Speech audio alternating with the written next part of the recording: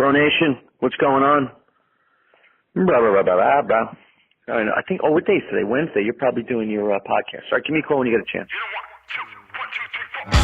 Hey, ladies, it's time to get naked and pummel your clitorises to another episode of Three People Like This Interviews with TJ Stone and Afrim Gjonbalaj.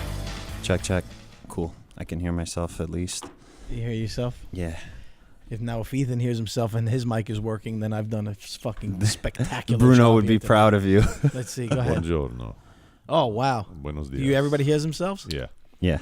Bruno's a useless piece of garbage, and I hope he gets hit by a fucking cement truck. You know, like when a cement truck can't stop because it's full of cement and it has all that weight behind it? Yeah. And the guy's a failure. The guy who's driving is a failure. Dropped out of high school. He doesn't give a shit.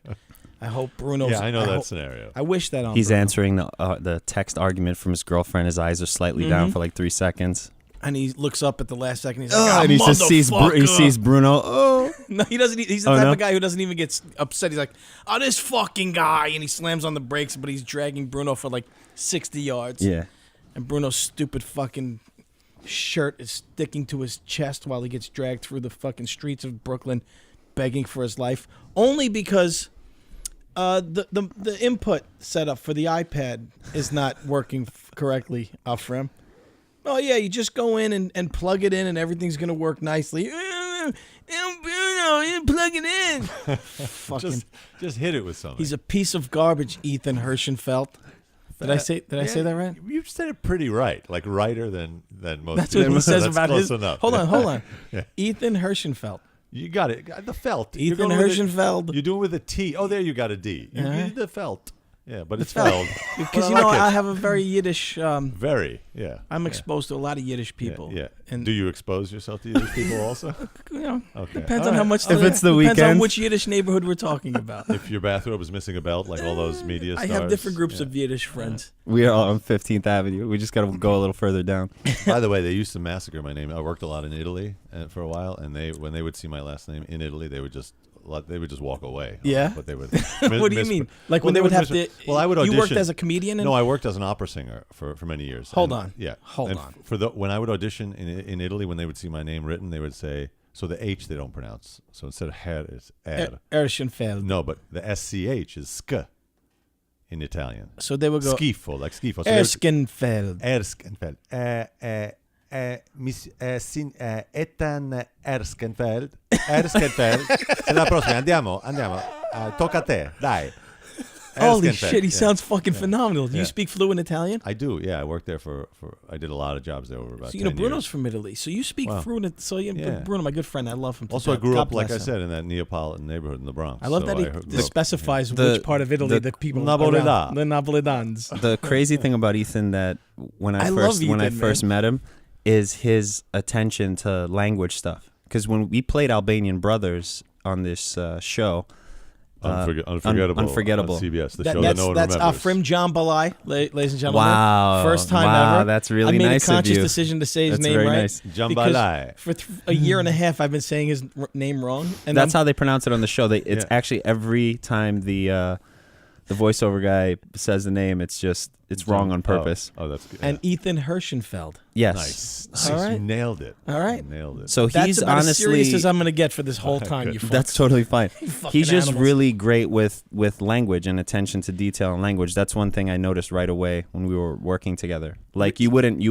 know. can tell, man. He really crushed that Italian thing. He sounds more Italian than anybody in my family. Well, It's scary. I spent a lot of time. I'm a good mimic. So You I must be. So I speak a few different languages. This is and interesting because you saw Afrim, who is like the fourth person. It's going to be 4 people like this. We have to change everything because he's the 4th member of our show. He's becoming the guy who gets me the most interesting guests. He does. He brought a lot of people in. So as soon as he saw you, he left the audition and said, "Look, I saw my friend Ethan. He has to come in." This was only a couple days. This was yesterday. This is yesterday. I love that it happened immediately. And I love that you came in, man. I Thanks for appreciate having it. me. Yeah. So, but you guys have known each other for a while. We did this show together in March. It'll be 4 years. So Yeah, man. almost Wow. 4 years. We played brothers on that show, Unforgettable. We were part of this. We were basically if you took Albanian mob brothers, put them on a reality show with like a dash of Jersey Shore, and with their really hot wives. Super hot wives, but they were incredible wives. Yeah, Incredibly hot wives. Casting, best You didn't casting. want to leave that set, right? Best casting. I was fighting for them to be like, hey guys, can you just bring us back on? It'll be, the Albanians are really big in Brooklyn. I'm trying to like make this whole push for it because ultimately because of the lechery of wanting to be with our wives again. So fuck man, there's so many billions of things running through my mind because. We still think it's a good idea, a spin-off show of this Italian mob family. Let's just do it. They were the Albanian brothers in Mill Basin, remember? Yeah. Listen, you should just do a 20-minute pilot. We'll shoot it. All right, deal. All right. Sounds What good. was that? Unforgettable Don't season? sue us, CBS, what please. was that? We got to do a plug. Do you find yourselves as actors like you do when were you on set for a lot? Were you in a lot of episodes? No, it was one episode, but it was one episode, but it was cold. 2 days. Yeah. We were outdoors a lot, freezing. It was early February. Oh, and they had to shoot it like an outdoor springtime garden scene, so we were not dressed properly, and it was super cold. That was fun. Now that because you were playing their boyfriends, do you find yourselves like getting that husbands? Husbands. So you get that real attraction. Like, is it hard to blur the lines become blurred? It was. There was no need for. There was no attempt to not. The lines were instantly blurred. Instantly. I mean, they were one. I was going to say they were both great. One of them is now married. She's married, and also a stand-up. Yeah. Oh, really? Yeah. They were super. And actually, the other one, your wife, she came to a comedy show of mine at Stand Up New York. Your wife. Yeah. All right. Your wife came, and my wife. She. Yeah. So Janelle Gaeta, if I'm pronouncing her last name correctly, and Danielle Goulden. Yeah. it would be funny that because it was only 2 days, like the first day you fall in love, and then halfway through the first day you're really in love, and then it's like the end of the day you're like married, and then the next day you're fighting over the coffee, and like in 2 days you go through the whole cycle. Like it's like you're at the end of your relationship in the second day. The absurdity of these characters, they had to reference in the script that like, it may not seem like it, but they're really dangerous. It's like if they have to say that, it's just like they're essentially like ridiculous comic relief, like not in reality in any way. But it was some of the most fun I've ever had on set, and meeting Ethan there was like pretty amazing because I think it's one of the only times that on set, at least for me, that I've really kept in touch with not only Ethan but Janelle and Danielle as well. Oh, really? So you guys still remain friendly? There's a lot of filming going on in New York, and I don't think people realize how much of it is happening and how much it's a lot of work for you guys. But I would imagine that after a while it gets a little bit frustrating because you want to get that lead role, like you want, right? Don't you want to get that? Two things. First of all, yes, about the New York thing, and I live in Williamsburg, and less than a mile from me is Steiner Studios, where a lot of these shows shoot. So people say, "Oh, do you have to go out to LA a lot for this TV work?" And I say, "No. Every single one of the shows I've done in the last few years, it's were all shot happening, right here in Brooklyn." Yeah, it's all happening. I mean, in Brooklyn, not even just New York, but very specific. And but as far as getting a lead thing, sure. Hold on, man. I'm sorry. This fucking phone keeps doing this, and I'm gonna shut it down because I don't know how to disconnect it from the thing.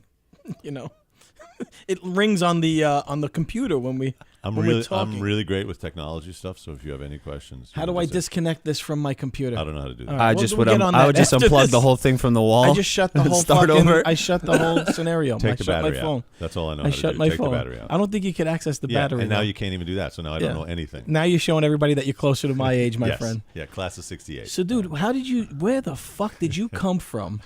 That's right, the class of '68. Goddamn it. Where did you come from that you're a comedian, an actor, and also an opera singer from Italy? Where do I begin with you? Well, so... Did you fall in love with every woman in Italy when you went there? How was the Bronx? What's it like to do stand-up? How come you have 3 dogs? How did you get here? What's going on? The D-train. Why don't punch me in the fucking temple already? Get this over with. Go ahead. Talk to me, man. Yeah. No, I grew up in the Bronx.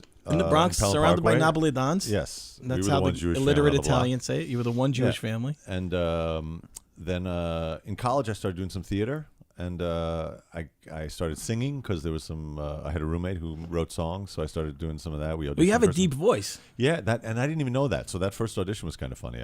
We were all auditioning for the chorus in a Gilbert and Sullivan musical, and I didn't know that, but I was singing everything an octave lower, and the director was looking around like, "Who's doing that?" And my friend John, he elbowed me like, "Dude, that's you. So you gotta." So yeah, they didn't even like it. They didn't like it. No, it was the wrong. I was singing the wrong key. octave. You were in the wrong key. Yeah, but Yeah, so that's how I started getting on stage. And He was in the wrong key. It was like a bad episode of American Idol. Like, you're in the wrong key, mate. American Idol, like The Gilbert 70s. and Sullivan. Yeah, right. It's not, But you were singing well. It's not that you were right. singing No, bad. I was singing just too low. But in any case, so I started getting on stage then and acting more and doing some comedy. And then Do you remember the first time you did comedy? yeah, it was the first time I got up and did stand up was at the Comic Strip on 82nd, where I have a show coming up on Christmas Eve. Oh, I'm really? in the 9:30 show at the Comic Strip. It's a very Jewish Christmas Eve show. It's Is a bunch that of with Jewish Mike comics. Fine? Is he in that show? Yeah, I don't know. Mike Oh Fine. shit, he might be in that. Oh, that's Comedy, funny. kosher Yeah, Christmas or stuff. exactly, Yeah, I think Mike yeah. Fine is in Oh, that. that's funny. We have a lot of Jewish friends, Afrim. yeah. That's good, man. That You means and- you're Good doing for well in us. show business. You and Roy Moore. Did Yeah. you hear his wife bragging about how they have a Jewish lawyer? That's the That was his greatest thing I've attempt. ever heard in my that life. was- That was so lame. Our lawyer's Jewish. I love America, where you have to. We've reached the point where we're celebrating over the fact that the child molester almost got elected, but he didn't. Yeah, I know. That's a victory. Right. Yeah, sad. You A know what I sad, mean? happy day. It's so great. I love every second of it.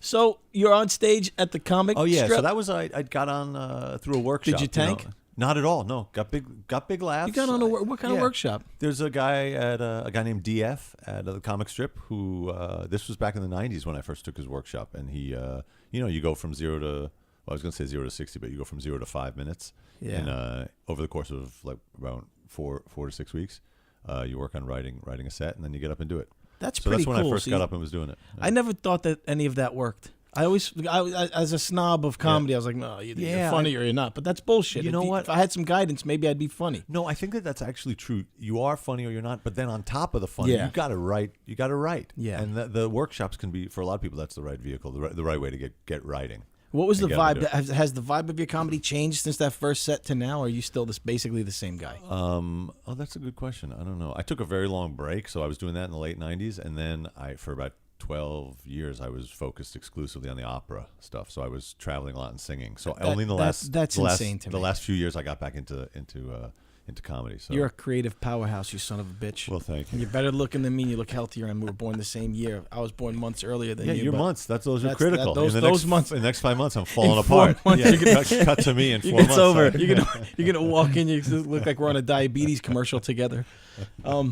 So how long did you do comedy for?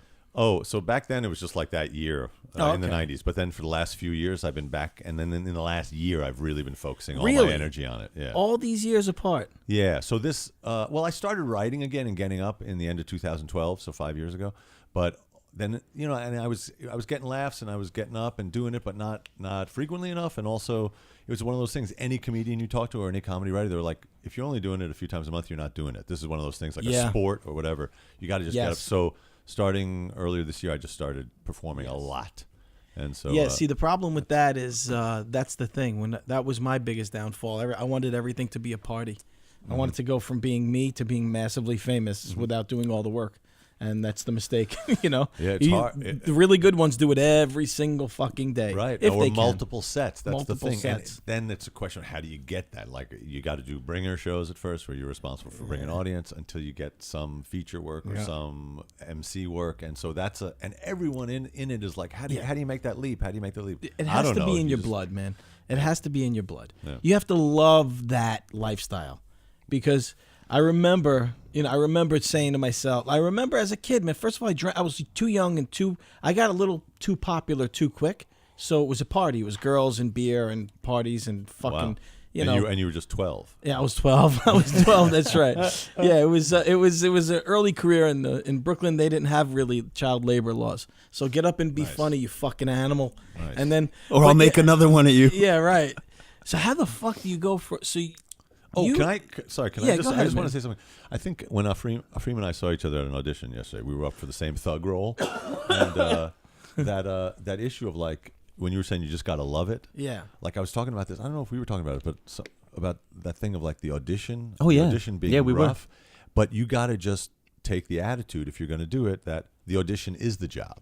Yeah. So the slog is the Yeah, job. My, you were my telling me brother that, yeah. also. I'm talking to Ethan, and then afterwards, I'm walking to catch the train, and I'm talking to my brother on the phone, and I was mentioning some of the auditions that I had recently and whatnot, and he's just like, not being someone who's in the arts or acting or auditioning or anything like that. He's like, "Oh man, when do you hear back?" And I'm like, Jesus, I was that like, fucking and I'm like, question. that's the thing, it's just like, if you get it, you hear back. If not, they don't let you know anything. Exactly. So you gotta love. I basically told him you literally have to love the process of auditioning, or at least tolerate it enough to know Right. that that's what you're doing. I think You have to. I had to train family to stop asking me that question. Like, you cannot ask me when I'm going to hear, because I'm not going to hear. I'm either going to get a yes or silence. You have to train That's your it. family. You have to stop telling Yeah. them which audition you went on and what's going to be. I think and I how- went the opposite route, where I'm like, when they ask, I'm just like, they're gonna ask. Yeah. They're gonna ask, Right, and that's- I can't allow myself to be, because in the beginning I'd be like, I would tell my mom like, yeah, Mom, going on an audition. Oh, that's a job. You're getting a job? Be like, no, it's an audition, Mom. You go, and every time, dude, every time I have to Oh, explain God. it, and it's like. And it's not like, knock on wood, she doesn't have like Alzheimer's or anything. She just asks, Dude, because I think she just conceptually can't get it. it's like when I did that The pilot. blue collar person's not going to We get did the idea of pilot an TV show, and we did it. First of all my friends and family, because of what the show was, it was about me getting back into comedy after being a garbage man, which I was a garbage man for 2 years. See, you went to Italy to do opera for 9 years. I threw garbage around Brooklyn. Very similar. Very Yeah, except yours has way better benefits and probably paid better. and a slightly different skill set. Yeah. Well, Yeah. I have to lift a lot of crap. I fucking hated every second of it. There was nothing about garbage I liked, other than the guys were pretty funny. Oh, so I just wanted to add. So I think it was Kevin Nealon talking about exactly this thing. I think Howard Stern was talking about Kevin Nealon. I did hear this saying- on Howard Stern Yes, recently. saying to friends who would come out to LA to be an actor and then complain that they didn't like the auditioning. I think it was he who said, He said that's if the you job. don't- That's the job. If you Yeah. don't like the auditioning, get another job, because that is the job. That's right. So He if you- did say that. He Yeah. said that's the job. He said that acting is auditioning. Everything else, like the jobs that you get paid for, are the bonus. But you have to train your brain to love the audition and love the process. Yeah, treat that as the show. By the Yeah. way, on Garbage Man, I want to tell you, one of my buddies in New York who is a comic, Roscoe Nash. Okay. He is a retired NYC sanitation guy. First so of he's all- like, I think he's on like the super like pension thing. It's one of the hardest things you could ever do. Yeah, be but a he garbage did it. man. He did it for whatever it was, He 20 did years, it. and now 20 he's a, years. I he's know. a Obviously, I working know a lot of comic. guys that did it, but it wasn't me, man. I was dying a slow death. Wow. Yeah, Dying a slow, miserable death. I hear you. Nothing worse than that. I don't know why I just thought of this, but one night I was on the truck and, I'm in I'm in downtown Brooklyn on Court Street, hanging off the back of the truck, and my father's from down there, and I'm looking at the house that my father grew up in, and I'm having this moment where I'm going, why didn't you just buy houses when you were younger? This thing's worth about $4 million now. And and it starts to rain a little bit, and the juice from the fucking hopper, we call it, is splashing on my feet.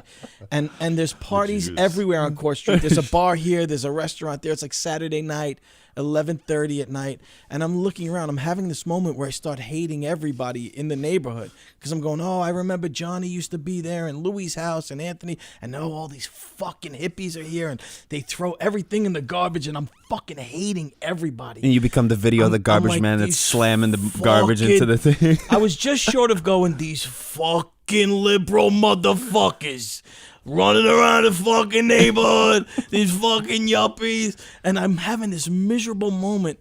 And somehow, like, the truck stops right next to the sidewalk. And I turn my head, and there's a group of lesbians outside this lesbian bar. And this girl, she was about 3 feet from me. We just made eye contact.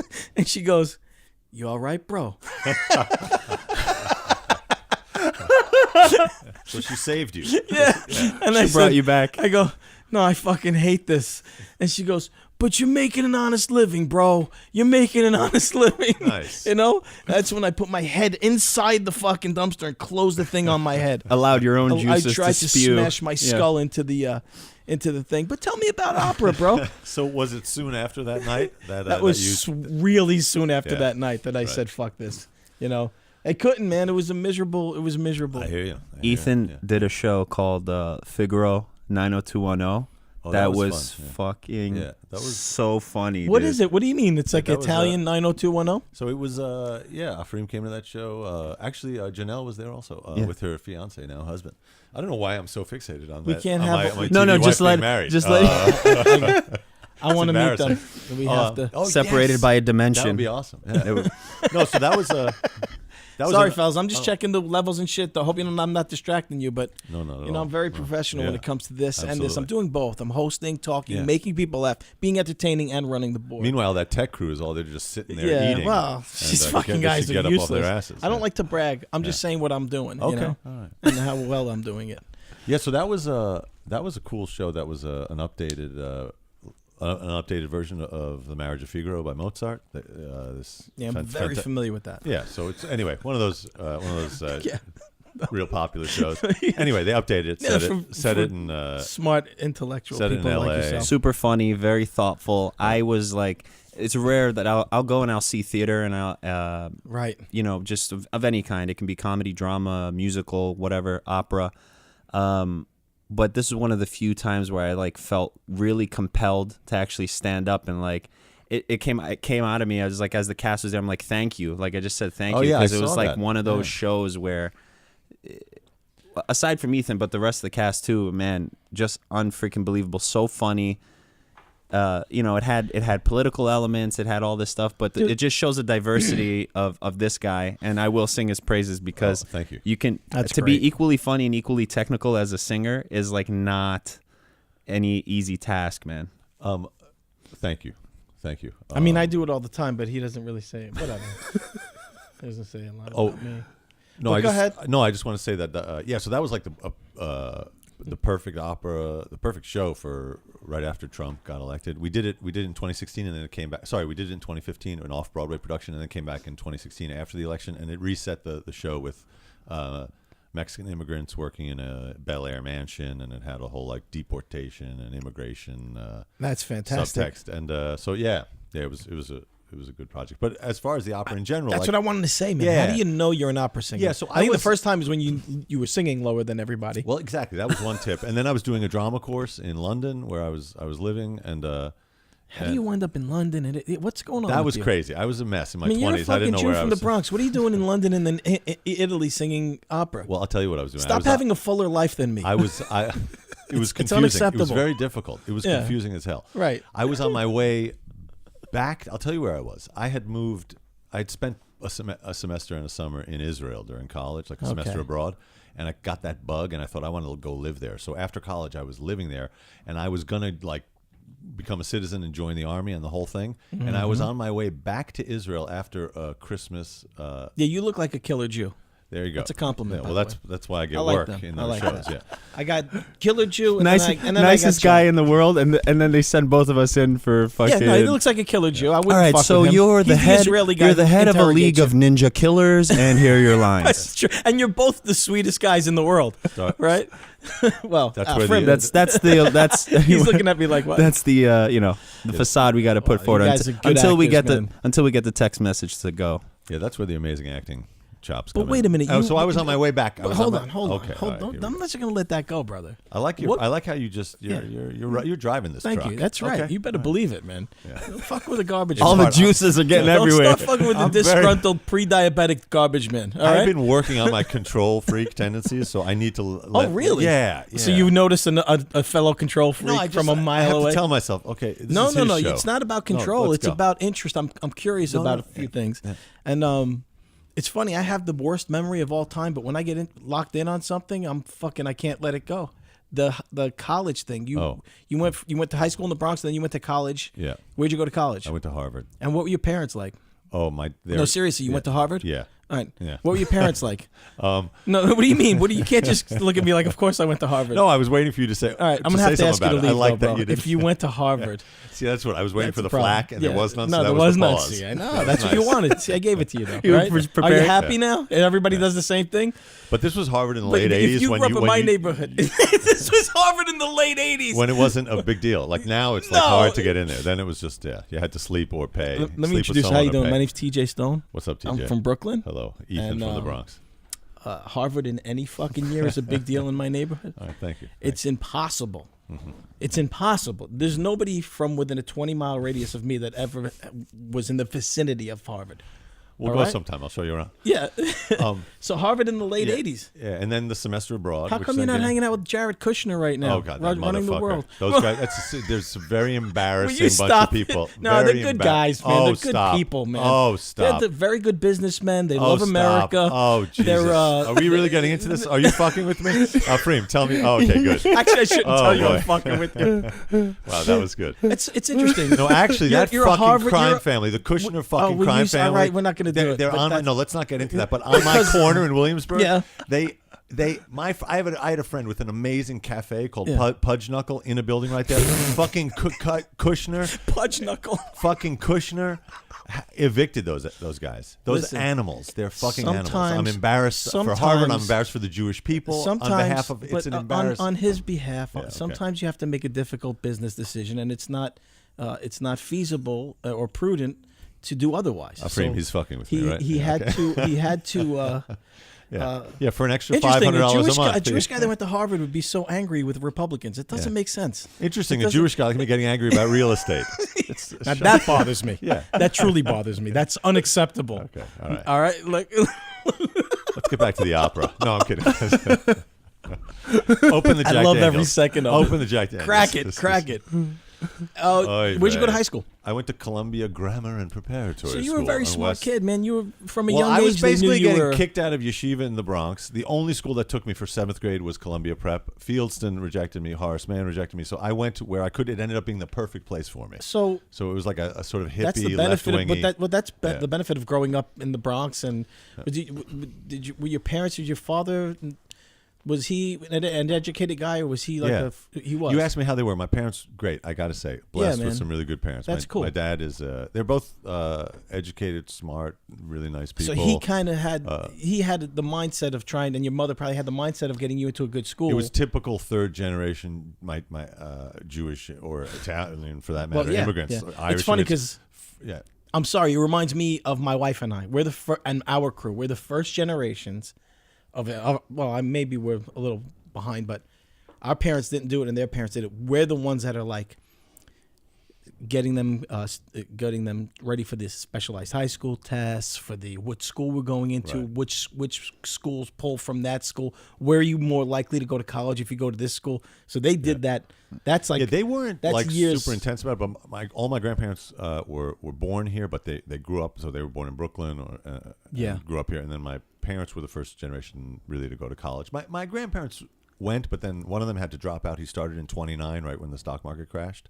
The other one went to Brooklyn Law right out of high school, and then when he got out, he decided he couldn't afford to be a lawyer because they were paying him I think he said $20 a week, and he could make more in the garment center. So he ended up working garment in the industry. schmata business for In the 50 schmata years. business. Yeah. Ladies and gentlemen, the schmata means rags. Yes. And for those of you For any Gentiles who are outside of listening. the Yes. tri-state area, Gentiles all you out there. Gentiles out there, you Both of you Gentiles who are listening. fucking heathens, Yes. both of you. So that's amazing to me that you wound up. How do you wind up at Harvard? Were you thinking about Harvard during high school? I was the underachieving sibling because my sister went to Yale and graduated first in her class at Yale. Look at you. I know that sounds like Some good DNA, man. And my brother went to MIT, which was genuinely Holy hard to get shit. into. So I was the dummy. You were the dummy. yeah. MIT and Yale. Yeah. If the world were only filled with such dummies, man. How yeah. are they That's a older long than you? time. Yeah, I'm the youngest. Yeah. So who was the first one to go off to college? So my sister and then my brother and me. So- we're just a year apart, all of us. And So how it does was it work, fine. man? Do you I don't know. What do you? Does Yale come looking for you, or did she apply to Yale and they said okay? No, it was application. No, what I meant about it was a different scene then, 30 years ago or 25 years ago. Is that the kids now apply to It's a like little less 20 intense, or yeah. it was much. It wasn't calm then. There was pressure and all that, but it was more relaxed. I So we agree. applied to 5, 6, 7 schools. I mean, it and doesn't then- lessen the accomplishment, but I do agree. It was No, a but little it also less, lessens a the little less- accomplishment because now, I was at my 25th college reunion, and some of my friends who have kids now, they went to the seminar for those parents about could they get their kids into Harvard or could their kids get into Harvard, and all my friends walked out of there and said, "Okay, our kids aren't going to Harvard." Yeah, I 'Cause know. it's become The way more competitiveness competitive, of it yeah. now creates literal anxiety. Oh, it in- does. Anxiety disorder, It's, yeah. it's It does. Yeah. pretty nuts. Yeah. It does. So it was 1 out of 10 or 1 out of, I don't know, 12 or Yep. 15 applicants used to get in. Now I guess it's 1 out of 50. I don't know the exact numbers, but it got ridiculous. And did you apply to more? I did. I applied to probably 6 or 7 schools. I tried to get in early to Harvard. I went to summer school there after my junior year in high school. They have a program there. So because I loved it for that summer, I thought I'm applying early there. Didn't get in, but got deferred. So I applied to a bunch of places. I thought I was going to go to Duke because that was the other place I got in. And then I got the letter that I got in.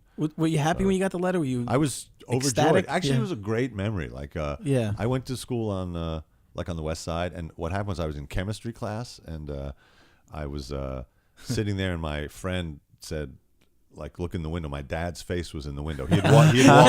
Your father came to He had school. walked across the park. He worked on the east side. He walked across the park because he heard that at home an envelope came, and it was a big envelope, which meant like probably a good sign. And then so they let me out of chemistry class and in the hallway. So we went down to a payphone, no cell phones back in the day, and we called home. Envelope opened and it said I got in. It was a great memory. It really was. Oh, It was your like, father must have been brings a so tear to the happy. eye. Of course. It was- Look at me. I'm like, Yeah. I'm thinking my son, man. I'm just hoping he Yeah. gets that, that envelope from the high school that we signed them up for. yeah, that was cool. It's to training to be a garbage man. very nice. The Yeah. garbage high school? No, I mean really. My son isn't. That's the thing you go through as a parent nowadays. You talked about how intense it is. You know what it is? You have to find that line. Like there's a lot of Asians in this New York City school system, and all they do all day, like they go from school to school. Mm-hmm. They go from all day school to another school. It's basically learning There's centers. also like certain cultural importance for, whatever your culture happens to be, there's going to be an importance set on that. So typically, it's like any immigrant culture. They come here, the first generation's super blue collar. They're going to work their ass off doing something because their ideas, all right, next generation is going to be better. And then that generation applies the same thing to the third. And sometimes it falls away. But I think that's the dream of anyone who comes to this country is like, hey. But it seems to be hyper intensive in that particular segment of the I population. think it's just like Afrim was saying. It's like Jewish kids were like that also. They like just pushed to make that their thing. Education and books, that has to be it. And I think definitely the Asian immigrants have. Well, to that point, become the the chance difference for that. is that it doesn't seem like there has to be a balance as well. You need to be able to be like this. You You need to be able to dunk a basketball. Also, Well, you need to dunk a what you're saying. basketball. Yeah, you need to. You need to fucking get along with people in a social setting. yeah, that, right. yeah, That's the other thing. So you get like my friend Bobby's kid just left college recently, went from Boston College to the workplace, and he was getting job offers at other kids that had way more academic achievements than he does because they liked his personality and the way he was able to interact with people. Certain kids that are geniuses can't make eye contact with you. You know, that's what's going on nowadays. But fuck nowadays. I want to talk about Harvard. Okay. You get to Harvard. Oh boy, back there. Yeah. It goes That's it goes interesting. all around. I mean, No, so I'm my- 48. I'm living through your eyes right now. Yeah. What's it like as a young man showing up at Harvard? So I was really into basketball. I played in high school, and I was really hoping to walk on and make the team. Yeah. It was Division I, but terrible Division I. Right, it's Harvard. But it has since gotten okay because they started to be able to recruit, I think, or give scholarships. I mean, I or could never something. play for Harvard, but I mean, the rap is that it's not Nebraska. Right. You know. Well, so I was devastated to not make the team. You thought you were gonna make it? Yeah, You I didn't thought I make was going to make it, and I was so cocky and so sure that because from the age of 5, I spent all my free time playing basketball, and I knew I from was the Bronx, good. man. Yeah, I knew I had a good shot, and I was good at various things. But they had 5 recruits that year. That's the problem. And then I didn't make it, and they might have been right, but I was so like. I don't know. I didn't. It was my first time. You leave home, and I was 17 that fall, Yeah, and man. I was so overwhelmed with like this is an injustice, Dejected. and I have an inflated sense of the injustice in the world. So I went into the office of the head coach, the varsity coach. I remember it. I walked in there, and this is like still September freshman year. I This is walked great. in like an idiot, just cocksure, and I walked in, and there was the head coach, a guy named Kid from the Roby, Bronx. yeah, and then the 2 assistants, one of whom ended up being my JV coach. But I walked in there, and I said, "You guys have made a mistake." Good for Number you, one, though, man. I said, right now, I will challenge any of your 5 recruits to a one-on-one, and I will beat them all. you have made a mistake. I was like, Super pumped. just like, and they were. How dare you? Yeah. Do you know who I am? It was one of those. I'm Ethan And they're Herschenfeld. and they're like, yeah, we know who you are. We just saw you try out, and you weren't that good. That's not. No, Was that the answer? No, they didn't say that. The guy, What to did he his say? credit, this guy, this I coach would have loved Roby. that fire as a coach. Yeah, this is what he said to me. He said, "Well, show us what you can do on the JV, and then we'll see about moving you up to the varsity." Oh, It so was you very were a rational- freshman? Yeah. Trying out for varsity. Yeah. And you didn't make it over the recruits and you got mad. I love that. I love that. Yeah, but but that's fucking beautiful. That's how it was. That's a little naive, It's but naive, fiery. it's I over like that self-confident. fiery Yeah. fucking. But I believed it. To this day, I believe it. That's if any good, of you though. But five it are still created out there, but it also created the JV opportunity. it did. That's You know? no. They were. I would have already made. I had already Yeah. made the JV. If you didn't, it wasn't. At a least big their eyes would, now they know like their eyes are going to be on you because deal. Yeah. But what That's good. happened was I then at the end of freshman year, the JV season, I did okay. I had a few moments of my old glory and whatever. You did. Just a few like isolated moments where the coach was like, "Oh, well, you can do that. Why aren't you doing that more often?" So you played Harvard basketball. Well, man. yeah, JV. Yeah, it's all right. like- Hey, fuck that. I would be proud of that. Were you did you feel out of place at Harvard at all? Like when you get there, were you self-conscious or were there people that were like you? Like Here's how like me they were. I don't know, like what this is. Just one of my best friend to this day is one of the guys who was my roommate. Okay. We were five guys in a little suite kind of thing. So here's how not diverse our rooming group was. There was five of us. 4 out of the 5 of us were from New York City. right. 3 of us were 6 foot 3 inch Jews, Okay. and 3 of us had sisters at Yale. Oh wow. Yeah, so it was not super diverse. Well, I think one of our you think roommates that was Harvard Haitian, did that on so- purpose. No, They well, I put think you that in there together. I don't know. I feel like they could pick something to try Because, to make a. Like for me, if you're gonna pick a kid from the '80s who's gonna go to Harvard, it's gonna be the 6'3" Jewish kid from the Bronx. It's not gonna be the 5'9" fat kid from Brooklyn. Right. So for us, it makes sense. But I'm thinking once you get there. Yeah. Is it sticky? Are there those pasty ass fucking white guys and like that, and, like John Johnston people that like the character that you do? shitty, clenched jaw businessman. Oh yeah, Always making a deal. I like it. Yes, there were. Yeah, it was diverse. It was a diverse. But did place. everybody get along?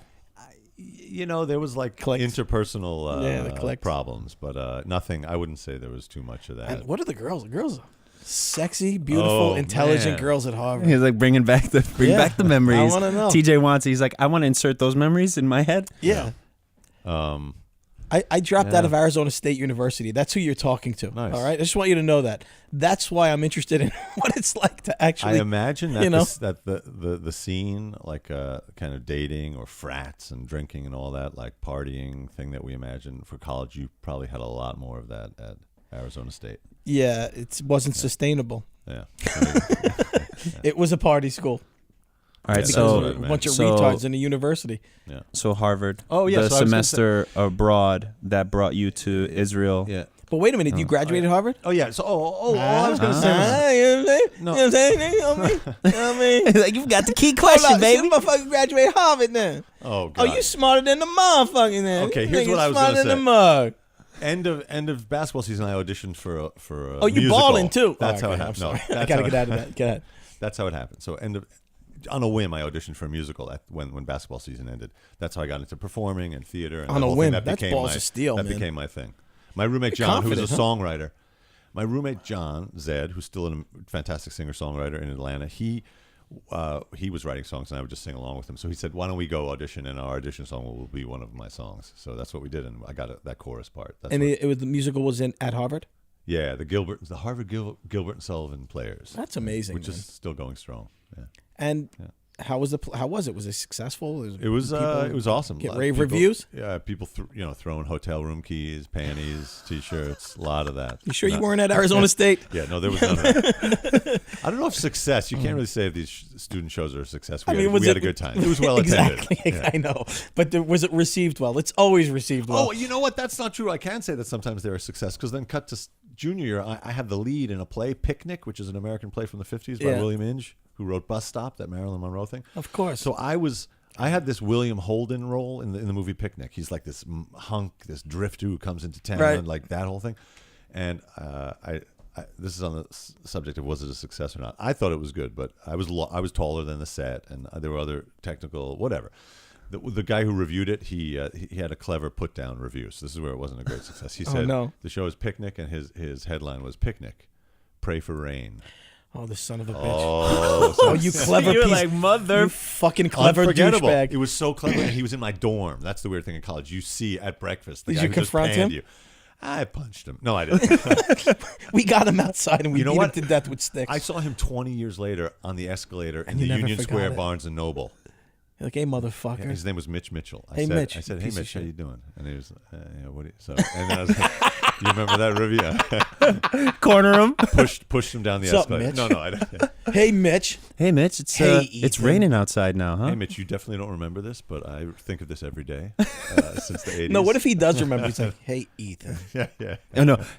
horrible Actually, the picnic. best would be like, hey, Ethan, I actually just want to apologize, man. Yeah, I'm really yeah. sorry. It wasn't you. It was me being mad. And you're like, held on to that for Yeah. All some those years. Yeah. Or Ethan goes, All that so what are you therapy. guys up? He's like, so what are you up to, Ethan? He's like, I'm acting. Yeah. And he goes, huh, and walks away.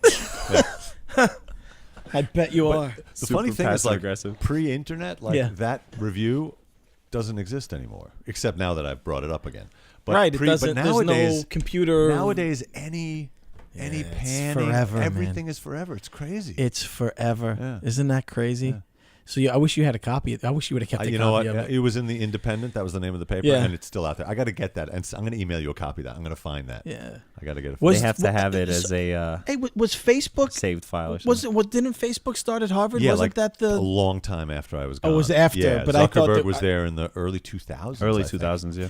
Oh, I thought it was like an annual thing that they've always done Oh, forever. that's right. No. We had the Facebook. Right, the Facebook. That we had, and we would look at that, and all you knew about a person was there was a little photo, and then your name, the name of your high school, and that was it, basically. So it's just Isn't that it's cool? so funny. Like what? So we would like look through. I actually that didn't and- know that. Yeah, Yeah, that's how it That's started. where the name I came knew from. that the site itself started as thefacebook.com. Right. But then they cut off the and just made it facebook.com. And Yeah, it became a whole different thing. Wow, I didn't know that. Yeah, That's that cool. was the thing that you would get to see who your classmates were. So that's the thing. You would get the Facebook where it was just basically a picture of your face, who you are, and where you're from, and what happened. Like eventually, when the Zuckerberg crew came around, they recreated the Facebook Yeah, to see I who think was the digital. hottest, hot or not. hot or not, or whatever it was, right? I think it's Something like definitely- that, but that's where it think of who evolved these from. guys. Think of who I was 17. Yeah. My roommates were 17 or 18. You Yeah. have a book with pictures in it. What are you doing at that age? Yeah, of Hopefully, course. by the time you graduate and be like,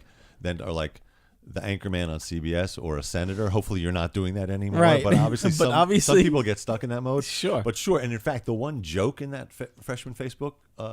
There was one photo of a really hot. It was just a hot portrait, and it was a fake one, and the woman's name was Anita Mann. So that was the one. So there was already that. right. There was that self-conscious thing about we know what this book. We is being know used what we're for. doing Yeah, with it. yeah. So, all right. So look, man. So you graduate Harvard. The last year you went to London. Oh, Is that after, right? no, I did the semester abroad in Israel. I came home. I was very confused. My 20s were a mess, and I What? was already. Oh, Why'd you go to Israel? What semester? so I went to a Hebrew day school, like yeshiva thing, until Yeah. the age of 11. I kind of got kicked out of there. I was getting in fights and yelling at Oh, teachers really? and that whole thing. Yeah, because we were like an atheist family in a religious school, and so there was already this feeling of like. Plus, I just had a short fuse. Like if people got in my face or anti-authoritarian, a dick. In short. Well, listen, my kind of guy. Maladjusted. Though. Fuck it. Like I could have used a tiny bit of meditation instruction And as like a a kid. little bit of like relaxation. Take it easy. No, Don't yeah. take it so fucking If seriously. anyone had said that to me, that would have saved me so much trouble. Like just Would it have been effective though? well, no, if they'd given me a tiny bit of technique, like sit there and breathe. Breathe a little meditation like, or something. A tiny bit, but we didn't Take have this that. through. Yeah, Count yeah. to 10, man. Yeah, Right. but so So you Yeah, went so to I had yeshiva, that- you never really yeah, I was not functioned religious, well. but then when the semester abroad thing came along, I was like, I'm going to go to Israel. I'm curious about it. I already spoke some Hebrew from my childhood, and Yeah. so I went, and I really kind of had a very strong response to being in a place where everyone's Jews and that whole Zionist thing of like, it's cool, we have a country, and It's I had like a your DNA starts tingling, and this is like Yeah. these are my people. yeah, and I had family there. My dad has a cousin who ended up moving there in the early 70s, so I had cousins who felt were, at home. Yeah, there was a good feeling there. Yeah. So then after college, I didn't know what the fuck I was doing. I went to film school for a year, but after the year of film school, I was like, I think I'm going to go back to Israel and like serve in the army and like because at that age already you would only have to do like 18 months or 12 months or 6, whatever it was. That's a dramatic departure from Harvard. Yeah, I ended up starting that process, but then on my way back to Israel from a Christmas break at home, I stopped in London, and I had my already induction date a few months hence in the Army. I stopped in London, and I had like a 6-day or 5-day stopover, and something clicked, and I was like, what am I doing? So I quickly auditioned for a drama school, looked up a girl who I'd met in New York who was from London. I had met her on that break. She was a friend of a friend. Looked her up. Found a room to rent to live in, auditioned for a drama school. Then at that drama school, someone said you should take voice lessons for singing. That's when I started doing that, and I never went back to Israel. Wow. You had an epiphany That's over intense. a 6-day period. I had a very quick, like, okay, maybe this is not right for me. And I think in some ways it was a good idea because me with a gun or me with a whole thing, I'm a vegan. I'm not into killing. Me with a gun or me. You would have had to get down and dirty. Man. Yeah, no. They don't fuck around over there. It's the passion of like early 20s. I think there's a lot of confusion for a lot of people in that time frame. Like, am I doing the right thing? Yeah. Am I of service? Am I, so then all those ideas of military pop up, and then, that must have been a crazy epiphany for you, man. Yeah, and also I was craving for sure like the discipline and the structure and the feeling of purpose, and I still struggle with that stuff. We were talking about that yesterday also after the audition, that for the freelance career thing.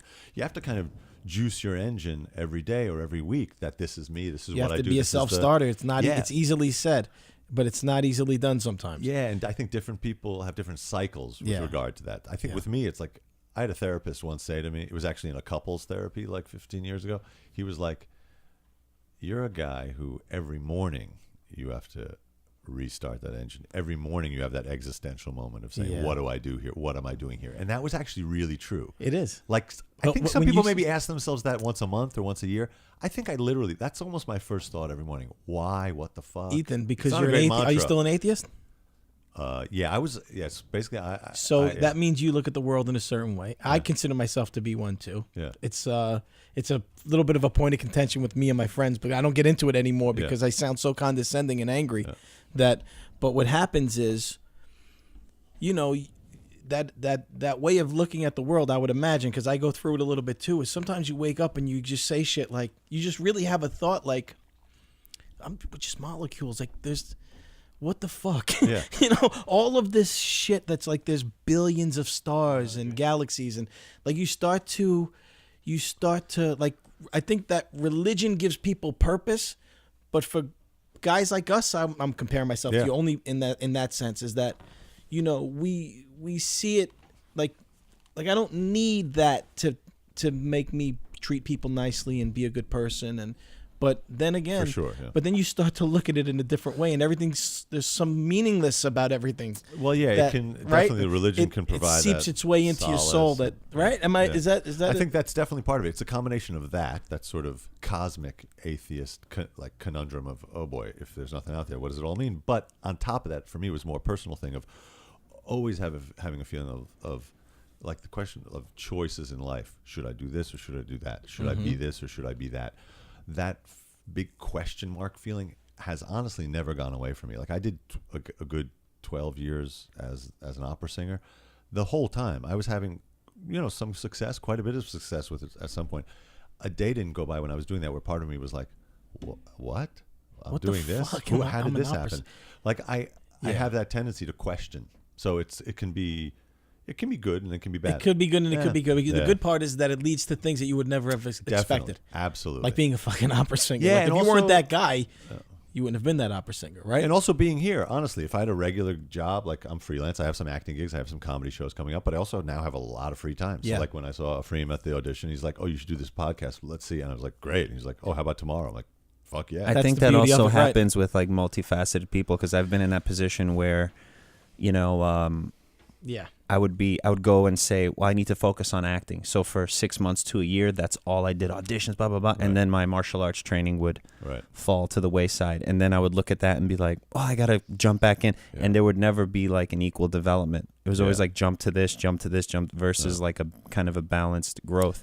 Yeah. I'm seeing you now, like you're doing all of it all at once. Now I'm really just doing two, because I stopped pursuing the opera thing. I decided to get serious about the comedy, and the acting jobs really started picking up a few years ago with my agent being fantastic, putting me out for a ton of stuff. So I decided, there's an expression like you can't ride 2 horses.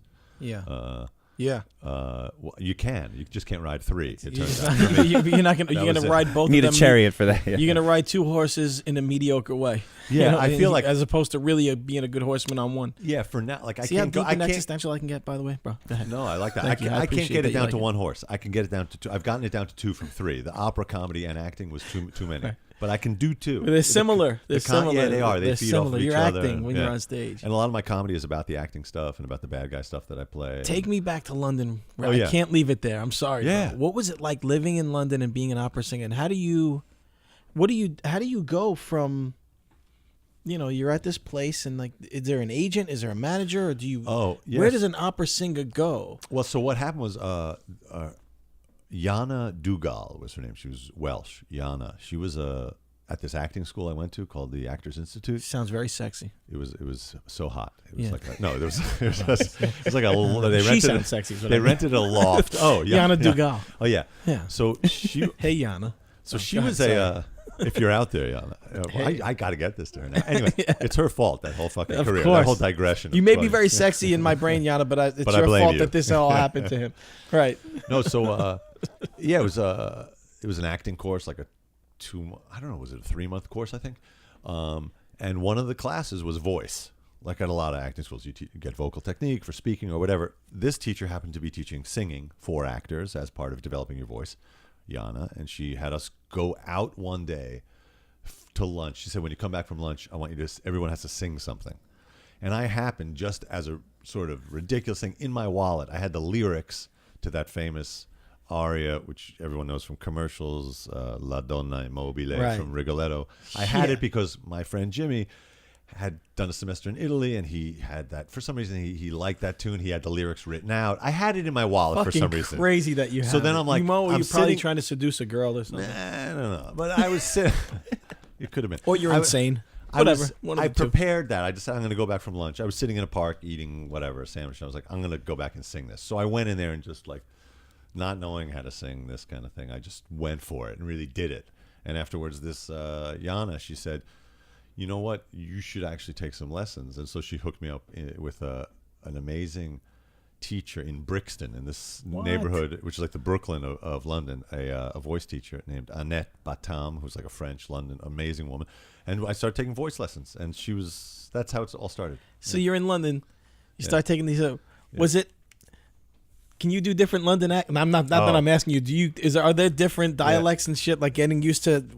Yeah, I couldn't. I would embarrass No, myself. I'm and the really good American at it. people, I'm but, very, very good at it. I don't want to. I mean, yeah.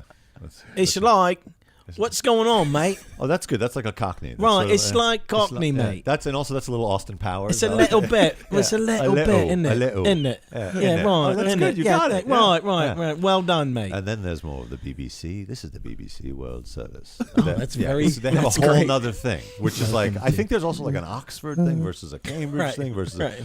But yeah, There is an Oxford versus Cambridge. Oh, Did that's you know. Did you have to get used to what? I actually just remembered. So then after that drama course, I did book an acting gig, which I then totally fucked up. Oh, I got really? the job as Claudius in Hamlet in a small like summer stock theater. Oh, that's cool. And I, for some reason, you just reminded me of this. I decided that I was going to have to do an English accent because everyone else In English. yeah, I love it. And at the first few rehearsals, the guy was like, "Can you stop doing the English accent?" And I was like, Oh shit. and I was insistent. It was the same like overly confident guy who went into that basketball coach's office. I was like insisting on doing Yeah, this English Ethan's like, accent. oh yeah, now I'm gonna double down on the Yeah. accent. Yeah. And you can't fucking stop me. Right. Hello, mate. It's like I'm here, and they're like, no, Yeah, no. they wanted it to be more of like a diverse thing, and I got fired. So, Oh shit. got fired. yeah, so Do you have any recordings? Do you still sing? Like, what's the opera thing? Like, I did a few recordings. I got to sing at the Metropolitan Opera amazingly fucking in 2014. I got an understudy gig at the Met in Macbeth. I played the murderer, which is basically like every role I've done on TV also. And thank goodness, my friend Richard Bernstein, who's a bass at the Met, who's been there for like 20 years, I was understudying him. And thank you, Richard. He got sick. He got a bad cold, and I got to perform twice. good for him. So I got to sing on the stage there. Oh, and really? and there's a recording of I did Brokeback Mountain, the opera, which is a real thing in That's Spain. An unbelievable sentence that you just told me. I do some comedy about that. I won't ruin it here. But, Please ruin it. Ruin it. Okay, I'll ruin it. Here's my line. In fact, it's the first joke I wrote back in 2012 when I got back into comedy. Okay. Or maybe, I guess that's when we were rehearsing that. So I said, I got cast in Brokeback Mountain. Yes, they turned Brokeback Mountain into an opera. Apparently, the movie wasn't gay enough. Right. That's the first. That's the line. That's the line. Yeah. Thank you. Woo! Ow! Tip your waiters. It's just unbelievable that it's a DVD fucking of that. opera. There's a DVD of that. I played the two homophobes. I'll pay twice. Yeah. You played the two. There's two homophobes. There's two homophobic roles, so I was very popular with the audience. In Spain. Yeah. So Did they frown upon homosexuality? No, I just mean It's like just funny. the audience for that was like there was obviously that show and that novella and that opera popular with the hilarious irony of like singing out your homophobia. Yeah. How do you sing out your homophobia? Buy the DVD. I'll sign it. Yes, Thank you. I'm please, gonna buy it we now. will. I'm gonna see if Amazon can get it to me here before you leave. All right, I'm sending you a bunch of stuff. I'm sending you like that. We had some other thing. Oh, that the Facebook. Yeah. Got some other show Yeah, I and tell. wanna Next see. time it's show and tell. Yeah, man, bring them in. Yeah. So you're out there. Oh, and on YouTube, there's a few things of me. Oh, really? Yeah. Oh, come on, man. Yeah. I know I have the comedy up here. We're gonna post it on 3PLT. Oh, we should. So, you get sick of opera? Did you get sick of living in London? Did you love the London? London Did you meet a girl? Did you fall in love? I fell in love. I didn't fall in love. I had and then I went back to New You're York, young. and then I got a summer stock job in a musical that started the acting thing. But then I started taking voice lessons seriously, and then I eventually got some chorus work. And then in '98, I got my first solo opera gig in The Magic Flute by Mozart, which ended up being a show I did a lot. And so I had a good. Jesus. So Dude, from '98 to good. 2014, what is that? 14 years of. In 2015, I think I did something else. Whatever the hell it was, almost 20 years, 15 or 20 years. You're confident, but how did your parents feel about it? My mom loved opera, and her mom was a huge opera fan. So my mom would go. She went to see Leonard Bernstein when he used to like do these concerts for kids. Yeah. So she loved it. My dad was a willing participant. He was always a good fan. Like would come to basketball, loves to come to my comedy. So But he wasn't. They weren't the parents that were like, "What are you doing? You went to Harvard. Stop singing." I didn't. In a lot of ways, they're not the cliched like Jewish parents. They weren't like you got to marry a Jewish woman. They weren't like you got to be a doctor. They didn't have any of that. I love those kind of Jews. Yeah, I love your parents. Relaxed in their way. I love those kind of parents. They remind me of my friends of mine, my cousin's parents. Yeah. So. So they fucking. I mean, really, man. What the fuck? So then you go. Now it's 2014. You're doing. Yeah. So that's do you when miss I hooked the up. opera? Do you miss? I don't miss singing at this point. I think at some point maybe I will. And that idea of like finding the balance. Like at the moment I put that on the shelf. But at some point I might get back to it. Can you turn it on and off? Can you just? Are you the type of guy you start singing opera in the shower? A little bit, and like I'll joke around or sing opera nonsense. Well, to you my should be walking through the dogs or house and just start fucking blasting girlfriend. out an aria. Actually, my girlfriend does an amazing thing, which is she'll sing she'll sing like nonsense lyrics to the dogs in like a sing-songy voice. So she has that. Also, we do sometimes have some weird singing Stop conversations. singing bullshit. Well, listen to you. You're a tenor. Listen. Did you hear that? Yeah, he's got it You in have him, man. pipes. I studied What the with. fuck? I studied with. He puts the glasses on. I studied with Leonard Cohen. Steenberg. Well, Leonard Cohen's one of the few bases in pop music. Yeah, Johnny Cash and Leonard That's Cohen. my guy. Those are the two. Those are my guys. I walk the line. I picked the wrong name, but yeah. Wow, nice. Oh shit! You just did a little Johnny Cash to me. Well, man. he's like one of the only pop guys who sings bass. There's almost none of that. Do you sing a lot of it? You should do a little Johnny Cash stuff. Man. I got to sing. Here's a fucking plug. So I got to sing on TV for the first time. I taped recently an episode of Happy. Happy is this new show on Sci-Fi. Oh yeah. It just debuted. It just yeah. premiered.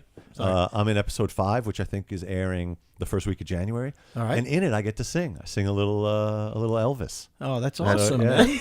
Yeah, that's great. I can't wait to see that, man. I mean, look, man. I could talk about the opera days forever. Okay. Like, what the fuck are you doing? You're living in England. Then it had I to got be so much fun. Yeah, was so it a then party? Where are you living? What the fuck is going on? Was it a flatmate? Well, he's in a bleeding flat. Oh, look at me. I'm singing in the opera, living in a bleeding flat, mate. Oh, there's a Sheila coming up the block. Don't say a bleeding word. I like her, mate. Don't embarrass me, all right? Right. Well done. All right, sorry, man. Nice. Wow. Yeah, sorry. Yeah, it was a whole I'm trying interlude. to maintain myself. Yeah, you do know what it. I mean? Go ahead.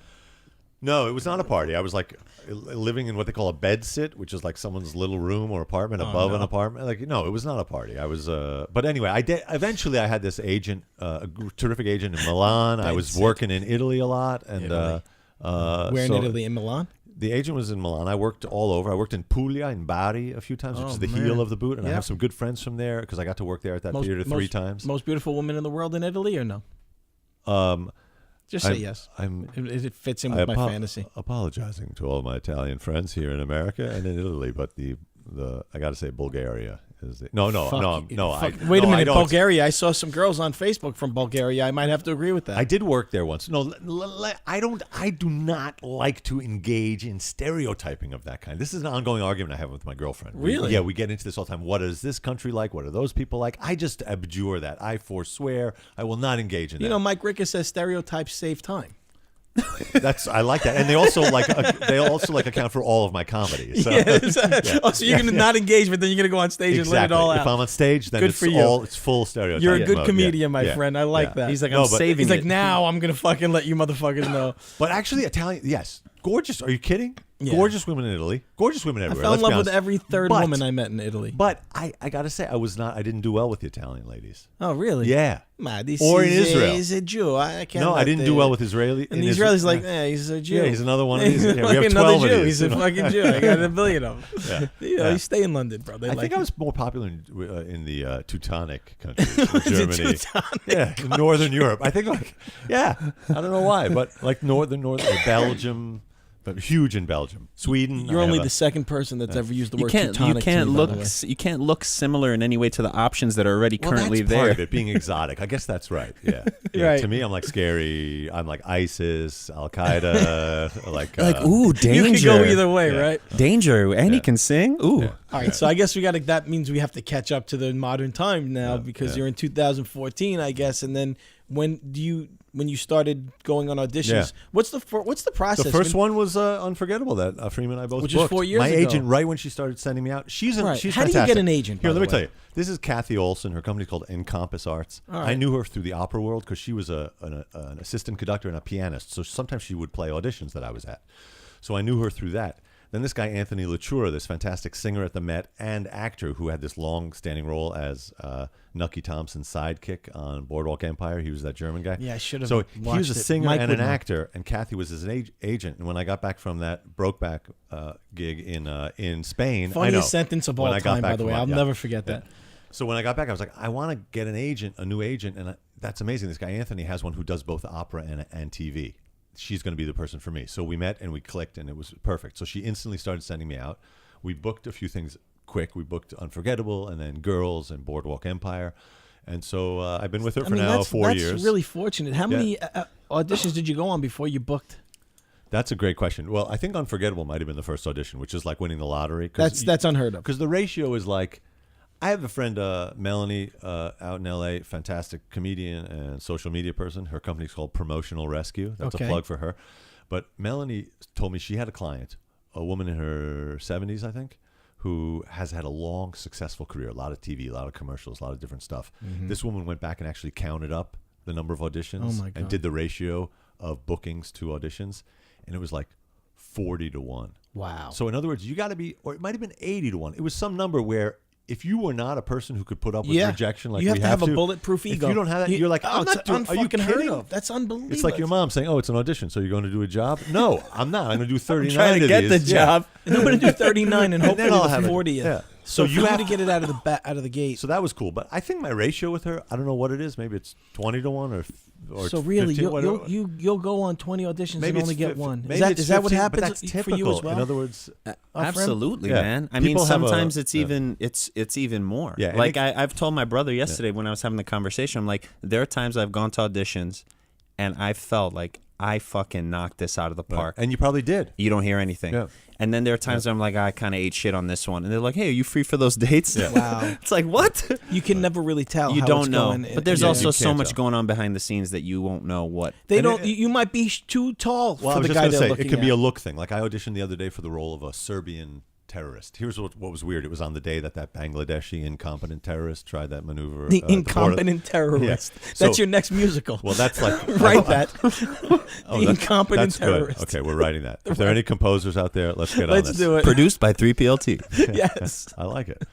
You made it up. So on that same day, love of it. that attack, I auditioned for that Serbian. But the guys who were auditioning for that, there's me, tall, dark, like Bin Laden's cousin-looking guy. There was one tall, stringy, white-haired guy. There's this guy, Armin. I met this guy, Armin Garrow, there, who's this actor who's like totally different look. You know him from like The Sopranos and stuff. Right. So in other words, like at that audition, the casting director is going to show a whole bunch of different options to the director. So you might nail it, and they're like, we don't want that guy. He doesn't look old enough, young enough. Yeah, it's not whatever. like it's for situations like that. It's not like you're leaving the room and they're going, that guy was one of the greatest actors of all I've ever seen. Yeah. We have to get him on the show. They're going, all right, these 5 guys did pretty good, but that guy looks exactly like the guy, so let's get him. I Right? think there's a lot of that in It's almost TV. like not a testament to your acting skills. Yeah. Well, certainly in my case, it's not because I'm just faking I think it. also in the producing world, it's like, I think actors, because we can be so emotional, we take it personally, but in a production aspect, it's all like it's binary. It's ones and zeros. It really like, is. Oh, right? hey, who fits into this? You've been on both sides of it. Yeah. Yeah. Oh, this actor. Oh, the lead is 6 foot tall. We don't want so and so to be any taller. So all the guys who auditioned that were above, we're gonna have to cut. It's the little things like that. Yeah. Actually, No, I was gonna say. No, finish your thought. Oh, I was going to say for this thing we auditioned for Afrim and I ran into each other at an audition yesterday for like the head of this like clique of assassins. It was like super badass. So I dress in like a black trench coat, and I'm like, because it says they wear black and grays. I'm walking past the audition place. I'm there a little early, and out of my peripheral vision, I see another guy dressed like me.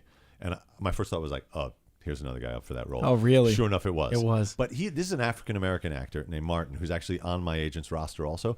And I said to him when I saw him after his audition before mine, I was like, you know what? When I read the scene, I was like, I think that this character should be African-American. Like, that was actually my thought. And I was telling my girlfriend when I was reading through the scene, I was like, I'm not sure what to do with this. I don't know why I had that. It might have been afterwards. I was thinking maybe it was like Blade. It had that feeling. But you know what's that Wesley interesting? Snipes look.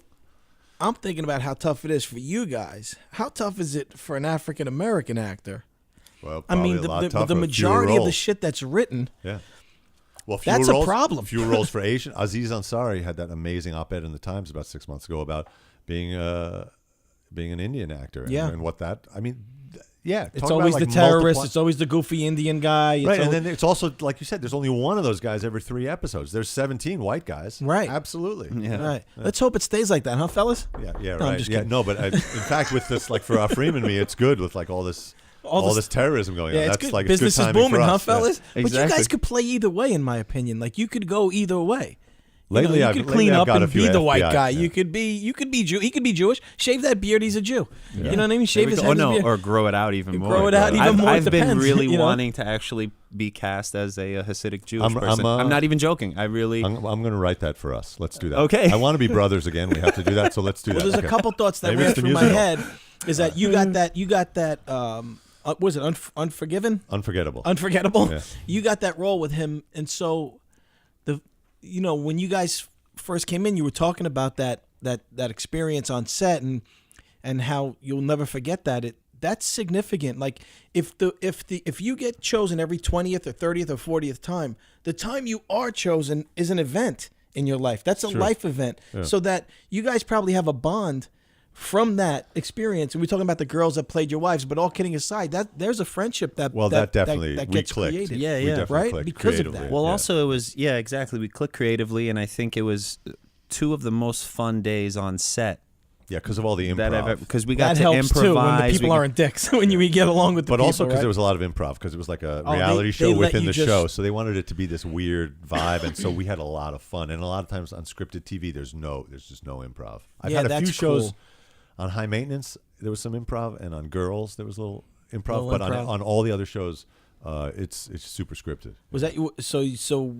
How was? I never watched an episode of Girls. Yeah, How watch was it? Amazing. I can't. I watched 12 seconds of it. I wanted to vomit. I don't know Okay. why. No. Just whatever there was that they were talking. Maybe I'll go try and revisit. try it again. It feels like once you've seen 13 seconds of it, you've seen all of it.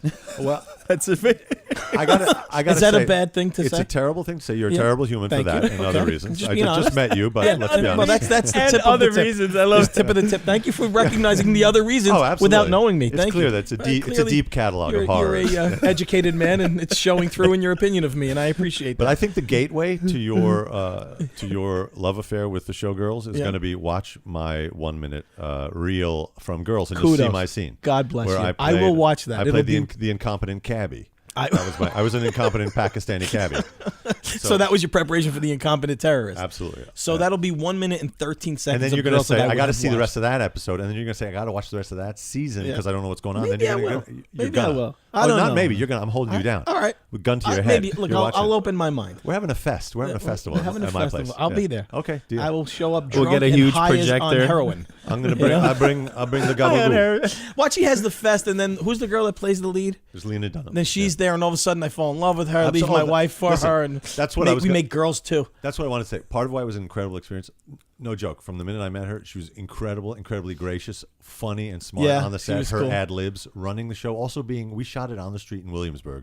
This is 2014, the height of the fame of that show. Yeah. We're shooting overnight in the middle of Williamsburg on like South 5th Street.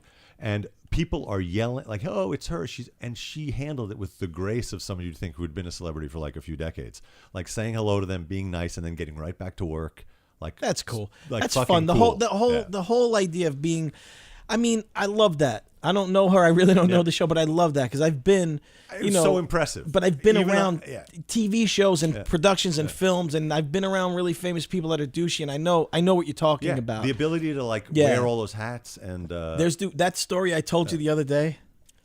One of my favorite stories, man. Fuck it, I have to tell it. tell it. I have to tell it. Go man. ahead, man. I was a friend of mine. A friend of mine is a prop master. So he was doing Person of Interest, right? And that's James Caviezel. So Jesus. he played Jesus. Yeah, so it's Jesus. So, damn, I don't want to take up too much of the show, but I have to tell the story, right? I can always edit It's this Christmas out. time. Tell the It's- Jesus yeah, story. I Come on. have to tell the Jesus story. It's Two the things most happen. wonderful time of the year. Yes. Okay. Yeah. Yeah. Nigga, Right. what? Oh, we should do like an opera God. with the hype man in the background. Oh, that's a good idea. Okay, come on. Come on, Let's hear Jesus. can you sing that song for me, real quick? Me and Afrim are gonna be your hype man. Okay. Yeah, here we go. I'm dreaming of a white Christmas. White Christmas, bitch. With every Christmas card I write. Write them cards, motherfucker. May your days be merry Like a and mug. bright. Brighter than the motherfucker, son. And may all your Christmases be white.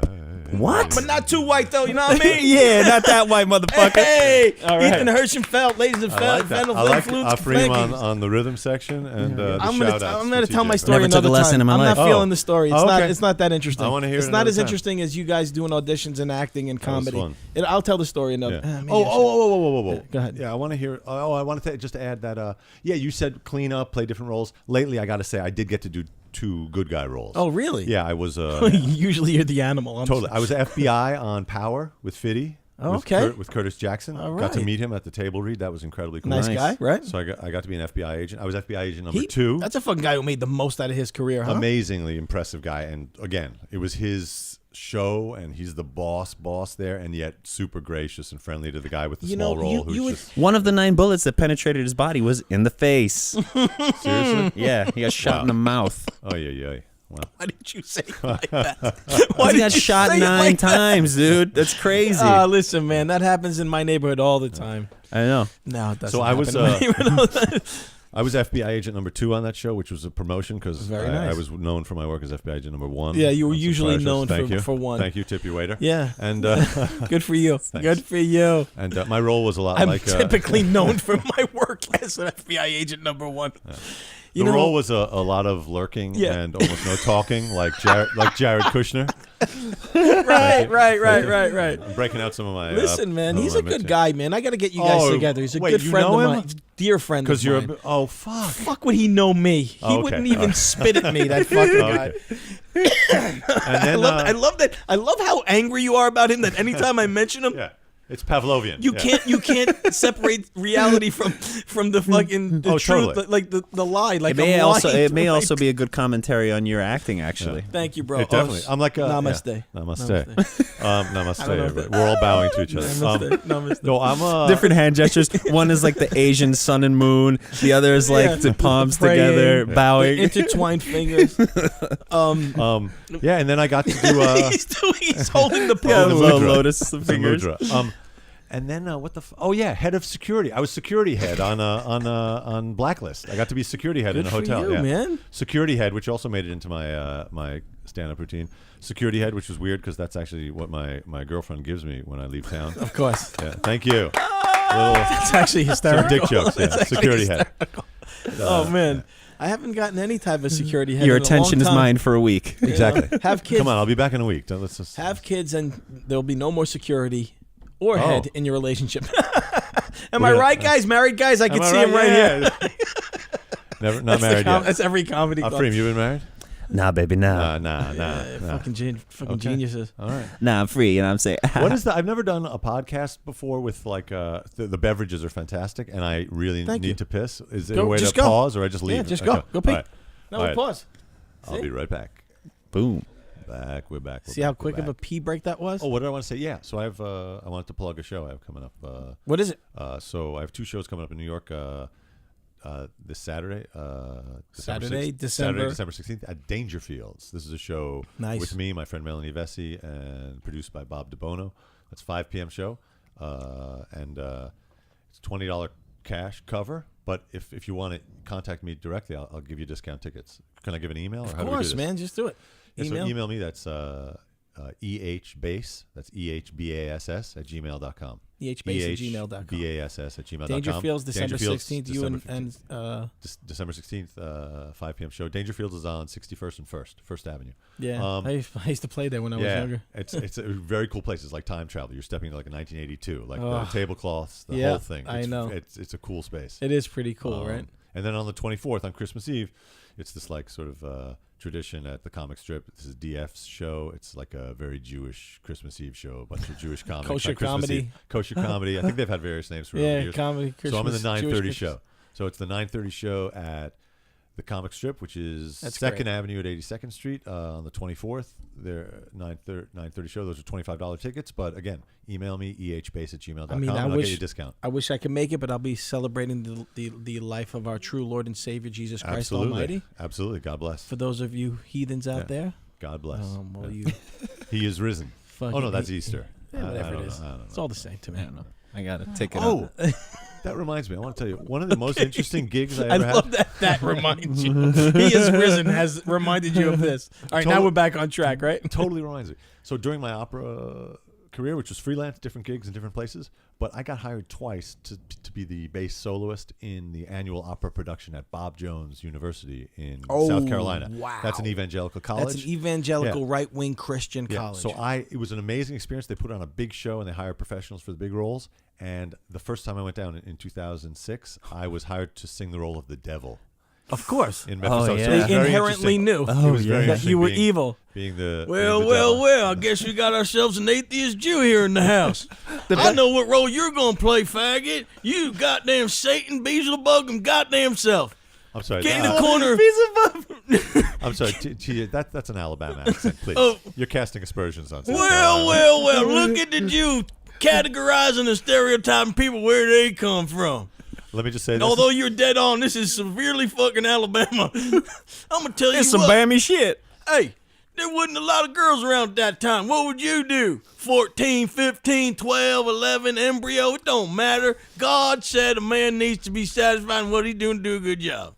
Amen. God bless Ray Moore. I like that thing of Roy Moore or whatever it is. quoting scripture, but just making up the scripture Yes, and that's saying what we do. as it is said. That's it. That actually ended up. No, I just imagine like these blue hairs in the audience with the thing, and like, Herschenfeld. Yeah, exactly. It's good he's playing the devil. Yeah, right. Or Herschenfeld. Well, yes, honey. Even those people can be saved. He's here with us. That means Jesus is in his life. God brought you There's here. a chance. God brought you to They us. did not. The people were Ethan. super sweet. It was a great experience both times I sang there. They did not proselytize. They did not try to do any conversion. There was sort of a genuine interest because I think a lot of them probably had never really spent time with a Jew. Oh, really? So there they was knew that you were Jewish. Absolutely. And I did get those questions, like the sort of anthropologically, it was just interesting for them. But it was a great experience. There was prayer, like when we would in basketball, when we would play the Catholic school, and everyone put their hands in before at the end of the timeout, like 1, 2, 3. Like when we played the Catholic school, they would go like 1, 2, 3. Jesus saves. Like there was that actually. Yeah. So. Before rehearsals, Shut the fuck up. I will. I'm just kidding. No, I mean, come on, that man. was real. But then before rehearsals for Mephistopheles, for the devil opera down there, they would do a similar thing. There was prayer before rehearsal. So I mean, if I was on that team, I just see myself going, all right, 1, 2, 3. Jesus saves, although he's probably not worried about this basketball game because there's a lot of death and starvation and greed and animalistic violence taking place all over the world, and there's corruption and animalistic bad stuff going on, but hopefully he's still thinking about this game too.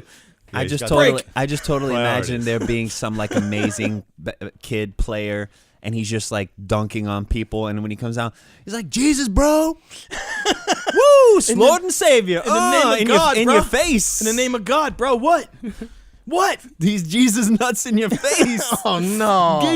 I love it. All right, sorry everyone. Oh, there, What are you sorry about? Keep doing it for Sorry, hours. everyone That should out be there. the whole podcast. You doing the black kid saying Jesus stuff to people. Mm-hmm. I would pay to see tongue that. out, dunking on people. Wait, how many years you been doing comedy now?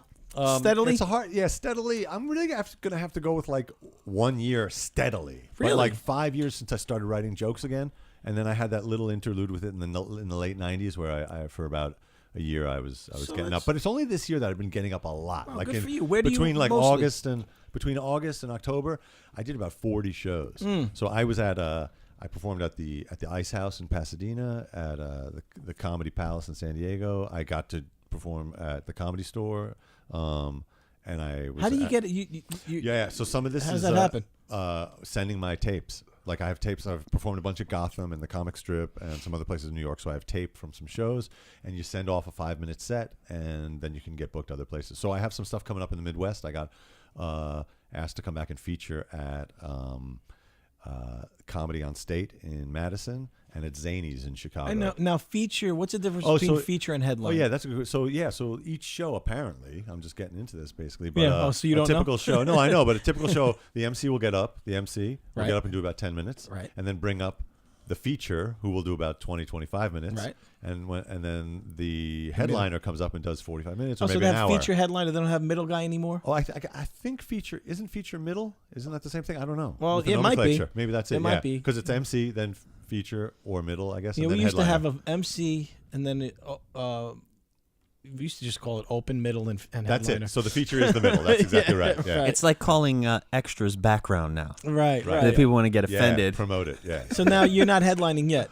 No, and in fact, I'm just starting to get paid to feature, so that's cool. So I have some stuff in Pittsburgh. Do you mind me asking what they pay nowadays? Oh boy, Depends on where you go, obviously. I think it depends, and it depends what you negotiate. Like I went out to Detroit to perform in a theater company called Monster Box, this really good independent theater in Pontiac outside of Detroit. They saw Remind me of a Dominican gal I knew in high school. From time to time, I'll be injecting that type of comedy here on the show, ladies and gentlemen. Monster Box is it's a euphemism for a large vagina, and that's where the comedy. That's where therein lies. I thought you were saying Pontiac reminded you of her, like that's where you guys dated. Well, no, that's where I take it that way. You know, Got it. comedy is Okay, misdirection. I'm going Monster Box, large vagina. Wow. But how much did they pay you? Wow. So they hired me for their fundraiser to be the entertainment, and that was I don't want to. I feel like I shouldn't say the exact number, but it was, let's say, several $100 plus travel. That's what I mean. Like, for what are they paying in comedy clubs? Yeah, several You $100 get $20 plus travel. Yeah, for a set. I think in New York, even like people who you know, like famous people, when they're going around and just doing a set, dropping in and doing a set, they're either doing it for. I think it's just They're like just $100 dropping or in, $50 unless they're doing a show that Right. they're headlining. Unless that they're popping night. in to work out or something like that. Oh no, they won't even. If they're popping in to work out, they're not. They don't expect to get Yeah. paid. Like But if Jerry Seinfeld comes in, he's Yeah. you know, or even George Wallace, you know. But I got paid for the first time this year a few times. The first time I got paid out in San Diego, I got paid. to my surprise, the guy who produced the show handed me a 20 after That's the show. incredible. And then to be doing it a year and being featured and getting paid is really amazing. Well, thank you. A friend of mine. It's not easy. At Caroline's had a show at the end of April. A fantastic comic, Andrew Ginsberg, and he put me on the show. And he took when he got paid, he paid me like I think $20 or $40 after the show. That's great. With which I gave him most of the money back to buy 2 copies of his book, which is called Pumping Irony, which is a great title. It's a great title. It's a really funny book. He's a personal trainer and a great comic, so he wrote this book. Pumping Irony. I think I know some people that know him. Yeah, so that was the second time I got paid. Is he married to a comedian too, or is his girlfriend? I don't know. He just got married. He has a baby. So I think his girlfriend's a comedian as well. Okay. No girlfriend anymore. He's married. Yeah, his wife is a comedian. I think. We don't want to get anyone in trouble. Although he's, it's no faux pas like I did earlier. It's not. Hi, girlfriends. He's breaking 2 rules, man. He's married and he's good looking. He's not supposed to be funny. And he's in amazing shape. Yeah, right. And he's good looking and he's in great shape. Yeah. So do you? That's my next question is: do you start to meet some of your idols or some of the legends of comedy during the course of all these going to these clubs? Or is it not like that anymore? The first, I got to do a set up at the Comedy Studio in Cambridge, Mass. At the end of June, when I just really started sort of trying to get out there and go on the road a little bit. Right. And Gary Gulman was on the show with me. Gary is a Boston comic, well known, who has what I believe is the funniest comedy bit in history. You can see it on YouTube. It's on Conan. He does a 5-minute set where he explains the meeting where people came up with the abbreviations for the states' names. So if you Google Gary Gulman state abbreviations, how do you spell his last name? Gulman. I'm not fucking around here. This is the funniest 4 or 5 minutes of stand-up comedy for me ever. Should we do it now? Yeah, if you can find it. I don't know if we throw up the bit. We won't get knocked off or anything. Just put the link. Yeah, but this to me. What is it? So state? Yes, state abbreviations. Gary Gulman on Conan. All you have to know for this is that we have 50 states in America, and they each have a 2-capital letter abbreviation. But that wasn't always the case. Up until, I want to say 1970. All right, that's the one from Conan. So if you're listening, go Google that. Google the shit out of that. Watch that fucking thing. And then watch it. If anyone is interested in comedy or writing comedy, I believe, or doing stand-up, I feel like you should watch that thing a few dozen times. That's like a study in how to make something mundane just absolutely brilliant. Yeah. Also, he's super charming and like a appealing guy on stage. So without the visual, like he's just a sympathetic guy. Yeah, that's brilliant. So that's a guy. Have you become very friendly with him? No. I stalk him a little bit by email. Yeah? So and I met a guy who knows him, and so but I've been in touch with him. We've exchanged 1 emails. But I got to perform at the Comedy Studio in Cambridge, which here's another plug. It closed after many years, and it's reopening in Somerville very soon. So Somerville next to Cambridge, that's about to come online again. But look at you, man. Yeah. You got the fucking comedy going on, the acting going on. Yeah. What am I doing? You excited about it? What does it all I just saw it happen. I just saw the whole thing. The energy suck out of his body. He just fucking had that moment of one of the 35 that are going to happen today where he's like, why? What is it all about? Yeah, where? What am I doing? I have so much to be thankful for, and yet... ... What does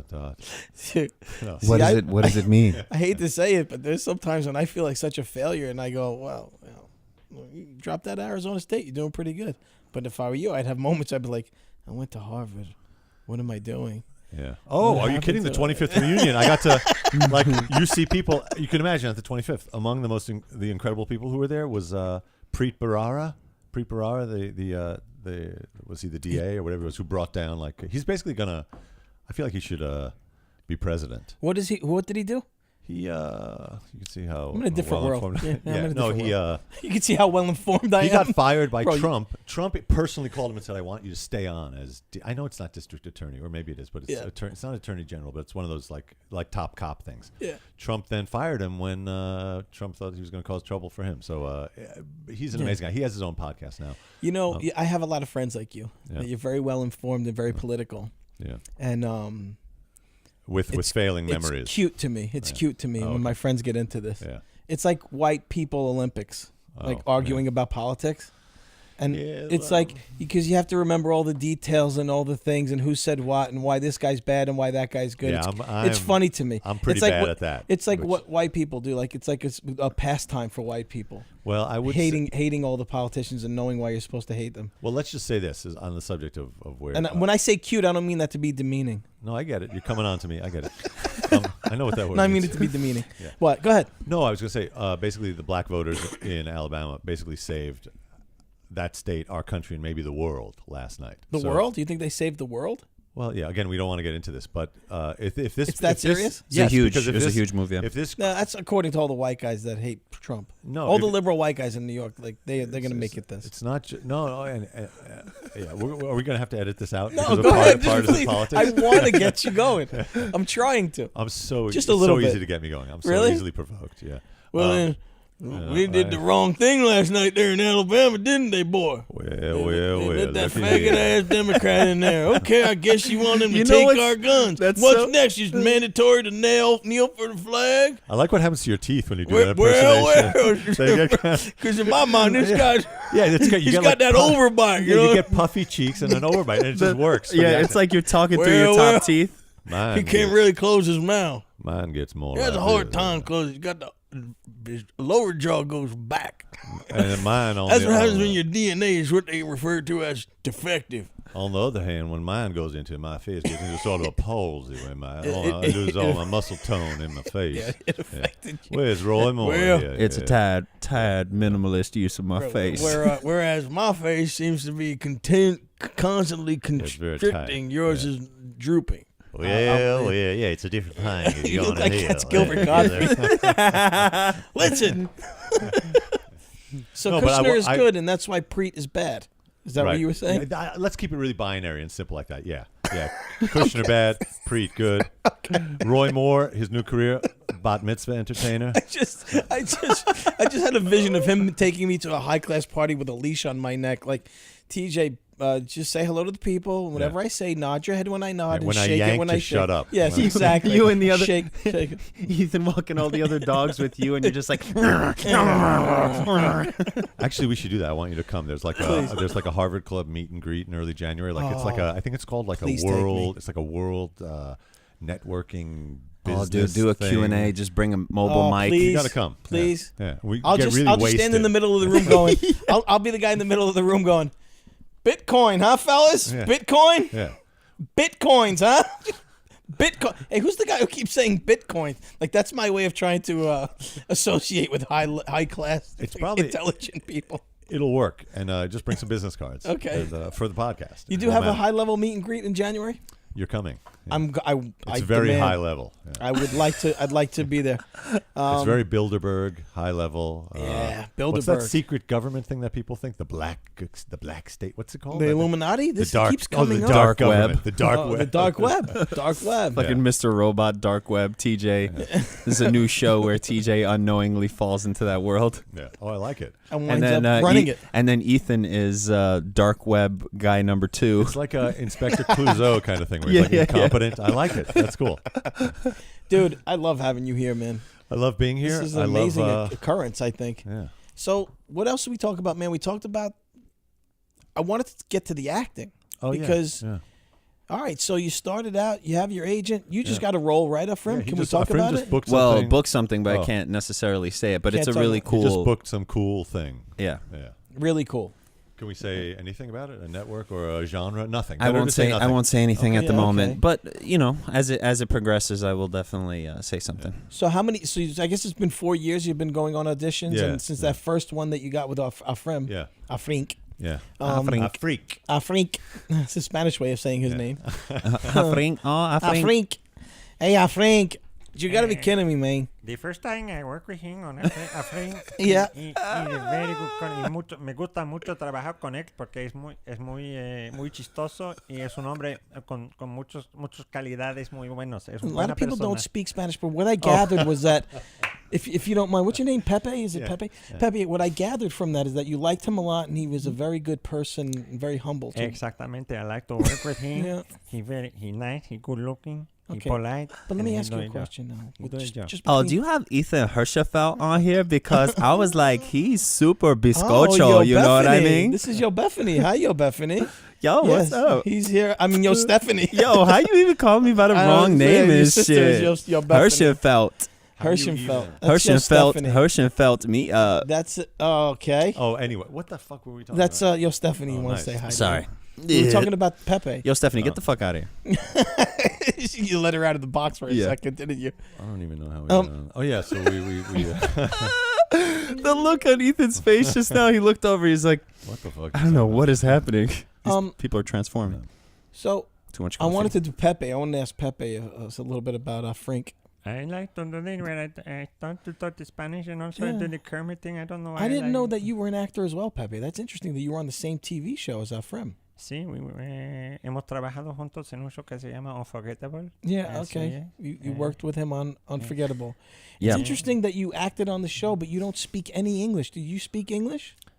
Pues no hablo inglés, pero yo entiendo mucho. You don't he, speak he English, understands but the you time. understand. Yeah, he was on a set. lot, They just a lot. unfortunately cut all his What- freaking scenes yeah, I mean, out, what man. scenes would they have had him do if he doesn't speak English? And how did he get the role? It doesn't make sense. It But makes no sense at all, and I do speak English. oh yeah, you're kidding with me. You got me. It's called I just- acting. The reason why I'm It's- asking you here today Yeah. is Yes. Pepe did Afrim ever say or do anything Inappropriate. to you? I knew you were going there, yeah. Let's just say this. What happened to he- your accent? He's speaking on behalf of him now. oh That's shit! Ethan. His Jewish This is lawyer Pepe's showed up as soon as I Jewish lawyer. fucking soon as I asked for accusations. Okay, this is my lawyer now. You're speaking to him, okay? Pepe, just be quiet. Afrim he had the trailer, he had the bathrobe without the belt, he had all of the typical tools of the pervy Okay. media guy. And Yeah. did he act upon him? This is another story. We don't know. We don't know if he acted upon him or not. Let's just say he put out feelers Okay. and he cast a wide net. Nothing wrong. Hey, nothing wrong with asking questions, right? Let's just say he put out feelers. I just had a vision of him strolling by people's like fucking trailers, just Yeah. looking in. Hey, what's going on there? You guys, you up to party a little bit? No, he's a Yeah, jerk. you know, we got a little break. So, do you guys want to? I mean, I can come over. You could come over. It's, you know, whatever. It's free. Come on. It's the passive aggressive yeah. sexual assault guy. It's Yeah. the passive aggressive. This is just how I listen. Yeah, This I is like just it. how I That's- dress. Don't, you know. Yeah, whatever. Just come on. Yeah, just come He on. doesn't want to commit, but he wants to do it so bad. He's like, maybe you guys. I mean, you know, sometimes there are things I want to do, but if you want to do those things too, we can figure it out. whatever And it is, I you know, got I'll some hot base chocolate. whatever I And- say off of what you say, and yeah, yeah, can we're go that good, way. man. We can I'm go- okay, Afrim. No, thank you. I Yeah, appreciate all right, no it. problem. I'm gonna go to the next trailer. I like that Okay. easy That's going. it. That's Yeah, the yeah. guy who puts Easygoing out the perv. feelers. Yeah, Yeah. easygoing perv. Go to Ethan's trailer. Ethan. Hey, what's up? All right, so from there, we talked about the auditions, but you've gotten a lot of roles, Yeah, right? I've gotten a good, a dozen, maybe 15 things. I booked different shows, and like I said, a lot of bad guys, a couple of good guys, and a couple of falafel guys. all Like of I'm them- frequently I the know, it's ethnic so food crazy, guy, so I man. have that coming up also. They do that. I mean, Yeah. you talk about stereotypes. That's your Total. business has based on stereotypes. Yeah, and people are like, "Do you mind getting typecast?" I'm like, "No, I if there wasn't typecasting, I gotta get some work. Yeah, I gotta that's get on screen, right? Yeah, I'm happy to be the whatever.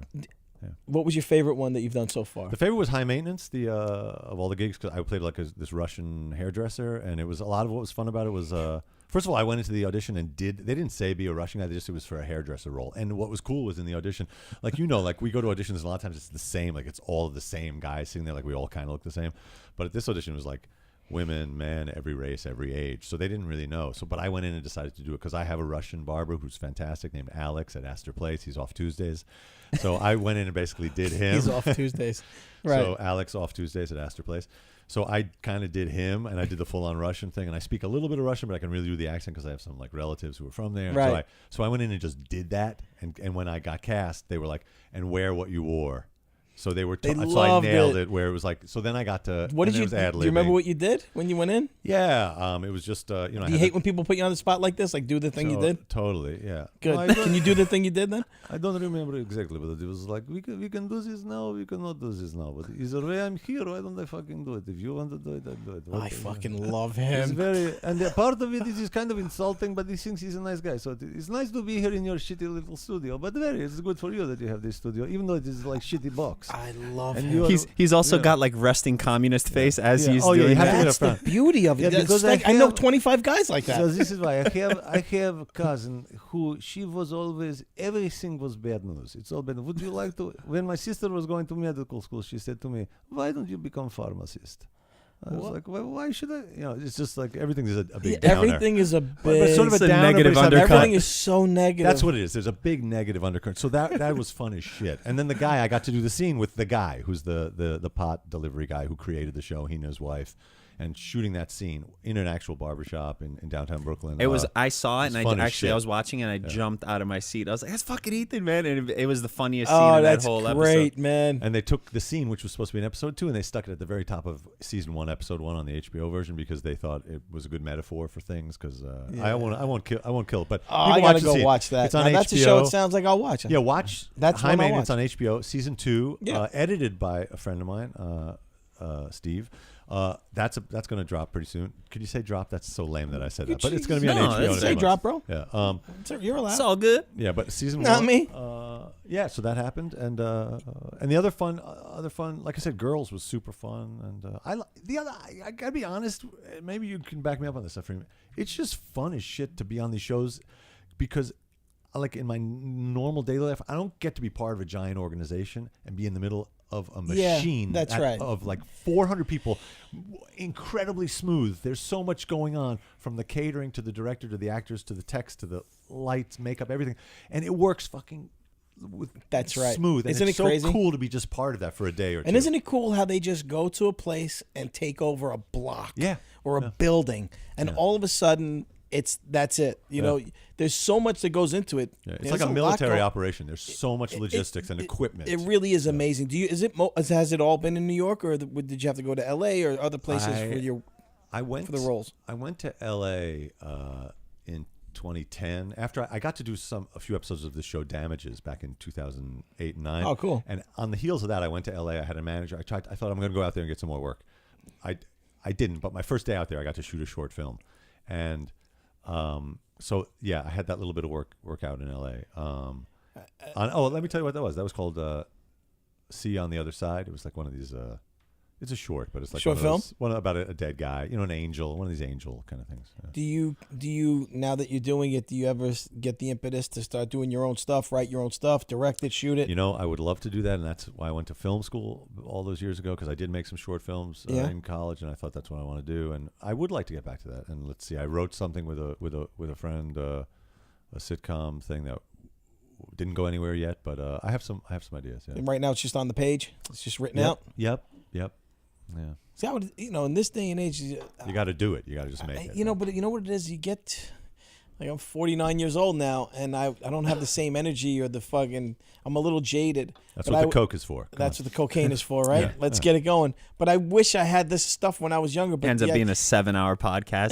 Guys, there's a fucking great idea. Listen, this is what we're gonna do. We're gonna totally fund a pilot. Me and all three of us right here. Let's call Bruno right now. No, but that's shit. not the Hey, reason. Bruno, what's up? That's not the reason why he's doing. We have to know why he's doing. What's the why? Where's the why? Where's the why? You need the why. Here's the crazy thing. So what we're gonna do is we'll actually cast TJ as the terrorist role, and then we'll have Ethan be like the hero of it. Yeah, but nobody and knows totally he's the hero. flip Nobody it on knows its he's the head. hero. And then also, wait, he's transgender. Everybody's fucking transgender. Amazing. The whole thing is transgender. Perfect. Like that's a fucking 7-hour cocaine meeting, right? Nice. But if I had this stuff when I was younger, man, we're walking around with high def cameras Do it now. in Let me just say something. in our fucking pockets. As another middle-aged guy, let me just say this. Yes, It's now. Now is the moment. now's the moment. Life is in the windshield, not in the rearview mirror. I love you for that. Come on. I Let's love do you for this saying right now. that. Today is it's starting right now. All right, you want to start shooting right now? Let's do it. Break What- out the camera. I got it on my phone. All right, Makeup. no, Oh, no, wait a let's minute. do it Yeah, you're soon. right. We can't do it. You gotta do it soon. We have no makeup here. Yeah. There's no makeup. Listen, it was a great inspirational quote, but we don't have the right stuff in place to get it going. So let's just push it off until tomorrow. Yeah. And then we'll get tomorrow, motivated and then again. push it off again. No, but maybe if the lighting guy can't make it, then the next day. But then we'll get motivated to do it, Ethan. We'll come up with okay. We're gonna do it. And I need this guy. I need him to be my brother again. That's the key. Absolutely. That's the key. Afrim and Ethan, brothers for life. Yeah. What was I remember shkerdata was that great Albanian curse word and insult. Oh my God. What was the thank you? I knew how to say that also. That's a very Albanian pronunciation of it. What is it? Thank you? What was the thank you? Faleminderit. Oh, faleminderit. Faleminderit. That was thank you. I think I had just like 5. That's the guy who raped everybody from my Catholic school, Father Menderit. Nice. From time to time, I'll be doing comedy. I'll be injecting these puns and wordplay just to bring some. I love some when you levity. say from time to time. As if a way to like ease into the fact. It's very Charlie Rose. That's of the you. comedy. It's very Matt Lauer. Of you. That's the comedy that I'll be bringing in. I like it. From time to time. I love that you get it. I got a great preview for that. Faleminderit. Shnur Hagalem. That's Armenian for thank you. Dude, I know that because he mentioned it before. I'm going to put you on the spot again, but he said yeah. you're really good with dialects and Oh, sure. languages. Yeah, What's your favorite? Is it the Russian guy your favorite? Yeah, the Russian is nice because it is, but I also like the Arabic. I do a lot of Arabic. And my friend, one of my college roommates, who's a professor of Arabic language and history or literature and history out in Santa Barbara. Right. Professor Sabra, he has helped me with a lot of my Arabic dialogue because I've auditioned for a bunch of shows where I actually have to nice speak to some know Arabic. a guy like him. Yeah, and then he'll send me like my dialogue, and then it's made it into my comedy. So it's speaking in Arabic, and I just recently then I took an Arabic course over the summer at ABC Language School in Chelsea. Let me keep my eye on you, bro. Yeah, but because it's a beautiful. I love the language, and I speak Hebrew, so there are a lot of cognates. Like a lot of the words end up being the same. they're very similar, right? And then I just watched. That's the crazy part. We just binge watched Fauda, Fauda, this Netflix show. Oh yeah, you were talking about that yesterday. Yeah, it's unbelievable. It takes place. It's in Hebrew and in Arabic. Fauda, Fauda. Season 1's on Netflix. I won't say anything more about it, but if you want to hear, there's great acting, great performances, great writing, but to hear the languages, both Hebrew and Arabic spoken, really colloquially, and it's badass. Oh, I have to read subtitles, huh? Yeah. So you can speak Arabic. No, I just speak a little bit of Arabic. What do you know? Hit me with something. Oh, this made it into one of my bits in stand up, which it was just an audition dialogue that it's بحاول أحميك بدون موافقة رسمية. I'm gonna call 911. Well, that's part of the joke is people hear any Arabic and they're instantly that's the joke. suspicious. Right. Exactly. Not me. I'm thinking I'm gonna check my lotto tickets, but go ahead. Go ahead. Go ahead. Go ahead. I grew up there in the Bronx. Go ahead. No, go ahead. What else? What else? Good for you. God bless. Yeah. I'm busy. Go ahead. What are you gonna do? What are you gonna do? Yeah. That's the vocal fucking tics. Talk to me. Hey, do what you gotta do. You gotta do. You gotta do. Yeah. It is what it is. If you're not gonna do it, who's gonna do it? Who's gonna do it? What are you gonna do? I'm not What are you gonna gonna do do? it. What are you gonna do? The canned responses. What are you gonna do? Yeah. It is what it is. It is. It definitely Listen, is what it is. That's it. Look, that's how she is. That's Yeah. how she is. She's like that. She's not gonna be like that. change. Yeah. No, She's not she's gonna not That's change. how she is, and that's Never how gonna you change. want. This It is how is it what is. it is. Never I gonna talk to her. change. She doesn't Never listen. gonna She doesn't listen. You She don't don't listen. listen to You don't nobody. listen. She You don't don't listen to listen. nobody. You don't It's like listen. talking to a brick wall. It's a brick wall. It's like talking to a brick wall. It's like talking I to a can't brick even. I can't. What am I gonna do? Yeah. What are you gonna Yeah, do? what are you gonna do? What are you gonna do? We're back to the beginning. What are you gonna do? It's always cycles back to what are you gonna do? That would be a good language school where it's just that on tape. Just listen and repeat. What are you gonna do? Listen. Beep. What are you gonna do? What are you gonna do? Beep. It's like talking to a brick wall. What are you Listen gonna do? and repeat. What are you gonna do? Yeah, where you gonna go? He's over there. Where you going? Go over there? I'm gonna be over here. I'll stay over here. I'll wait for you over there. Yeah. I'll meet you over there. New York Language Series with Ethan Herschenfeld. Yes. Écoutez et répétez. Forget about it. Actually, forget about it. Of course, they did a whole thing about that in Donnie Yeah, they Brasco. did. Yeah, that was Yeah, like a that whole, was- That was cute. It was all cute. right. Yeah, it was cute. It was like, all right. Read by Ethan Herschenfeld. Right. So the Arabic's your favorite. Oh yeah, Arabic. You did a little bit definitely of wanted to French do some- there. Yeah, French from high school. Spanish. I had an amazing Spanish professor in college. I got good at Spanish, and then went to Mexico, and then in my neighborhood, in mi barrio. In Williamsburg. mi barrio, yes. Barrio. Yeah, Williamsburg hay muchos is your barrio. dominicanos. Yeah. Muchos dominicanos. Muchos dominicanos. Puertorriqueños, ecuadorianos. See? Lots from Ecuador. So I get Yeah. to speak literally Those every are the day. I guys get that to work in all the practice. restaurants. Yeah, and construction and Yeah. taxi and everything. Yep. Yeah. I mean, I get to speak Spanish every day. That's cool. Yeah. They like it when you do that, right? Absolutely. I always say, yo soy el gringo hispanohablante. Yeah, I'm a gringo. The Spanish-speaking gringo, and they think that's funny. No, they love it, dude. Gringo. Yo soy el gringo. Hispanohablante. Hispanohablante. Hispanohablante. Spanish-speaking. Hablante. Yeah, the NTE. I blast out spelling when it comes to other Yeah, languages. the NTE is that's their ING. Hablante. Hablante. Really? Oh, I'm Yeah. speaking Spanish. Yeah, ante. But you said it backwards. It's Espan. Yeah, it's gringo, Spanish-speaking. Gringo, Hispanohablante. Hispanohablante. I don't even know if it's proper structure, but when I was working at a restaurant, a lot of the Spanish coworkers that I had, if somebody like a customer would come in and be a dick, I would just like look at that person as they're walking away and be like, "Perro sucio," and the freaking guys would just crack up in the kitchen or whatever. I'd hear them. What would you say? Perro sucio. Perro sucio. Like, dog. Dirty dog. But Dirty it's dog. probably not even right to like say it that way. No. So the other one is German. I speak German. I worked a lot in Germany. My girlfriend's German, and I sang a lot in German. I had to do a lot of dialogue in German, so I got pretty good at German. Although the grammar in that one, every asshole will tell you when you meet them that their language is the hardest one to learn. Yeah. But it's not. Every schmuck will say, "Oh, Hebrew's really hard. Oh, Arabic's really hard." Because everyone likes to think their language is really hard, and a lot I of would them think really Hebrew aren't. is hard. No, actually, grammatically super easy. It's all phonetic. There's no silent, nothing. German and Russian, but German happens to be, the grammar is really hard. Yeah. So I've spoken it for 20 years now, badly, but I can kind of fake it pretty well and good accent. Really? But yeah. But why is it? There's a lot of different meanings and crazy. It's because the nouns get, like we conjugate verbs, but in English, like the nouns basically never change. But in German and in Latin and in Russian, the nouns, depending on where they are in a sentence, the endings of the nouns also change. It's called a declined language or declension. So then if you want to speak well, as you're speaking, you got to think what part of speech is this word now, because I got to stick another ending on the noun. So fucking miserable. Why make it so complicated, man? Yeah, that's how it is. Fucking idiots. The nice thing is then you can rearrange the sentence. Like in Latin, they can reorder the words. You know what it means because of the endings of the words. Endings of the words. So, what kind of like? German? Let's do it in German. Let's do. I'll interview you and you answer me in German. Aber sicher, guten Morgen, TJ. Ich bin Ethan Herschenfeld. Sehr angenehm. Very nice to meet you. Yeah, my name is TJ. Nice to meet you too. Nice to meet you. See, I understand every word he says because I'm fluent in understanding. Bist du Jude? If there is such a thing. You are Jew? Nein? No. No. Okay, besser. No, besser. Du bist es better. Nein. Do you see, cliches, stereotyping. Yeah. See, I said I don't, but I do. Well, I'll interview you. Answer in German. Okay, auf Deutsch. As a German. Nur auf Deutsch. Ja, wie ein deutscher Mann. Right. Yeah. Do you feel that you're predisposed to hate Jewish people? Nein, aber I love die Jews. Ich liebe die Juden. Yeah? Sie sind so interessant, so hübsch. Really? So schön.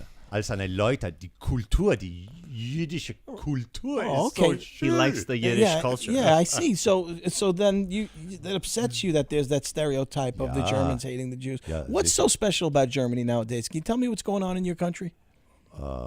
Ja. In Deutschland heute Deutschland ist nicht so gut, nicht so interessant. Ja. Aber einmal, wir haben Mozart gehabt. Now? Goethe. Right. Schiller. Einstein.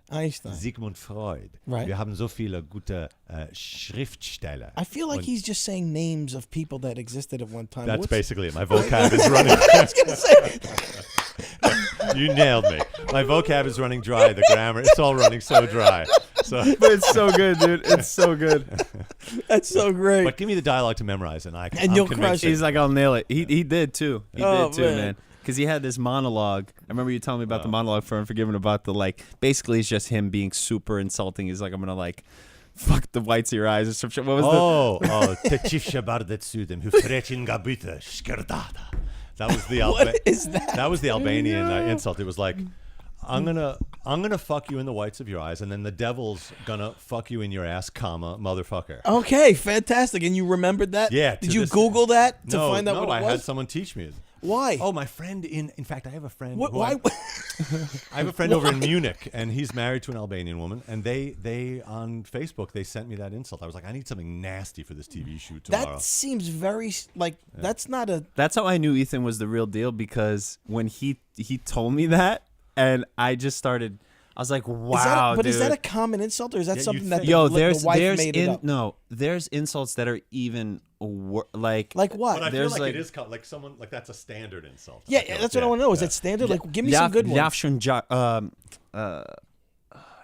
Lavshunjak, basically bathe in blood. I hope you bathe in blood. Oh, how do you say that? Lavshunjak. Lavshunjak. Lavshunjak. That is Holy fuck. That's not nice. No, That that's is not. really Albanians paints a are. picture. We've been so defensive for so many years, as many cultures have, that they're like, oh, we gotta cut to it. There's Yeah. no like Yiddish passive also. aggressive shit. He's like Lavshunjak. Heath Drechi, basically like made the Eat devil shit? enter you. The devil enter you. Oh, Drechi nagabu.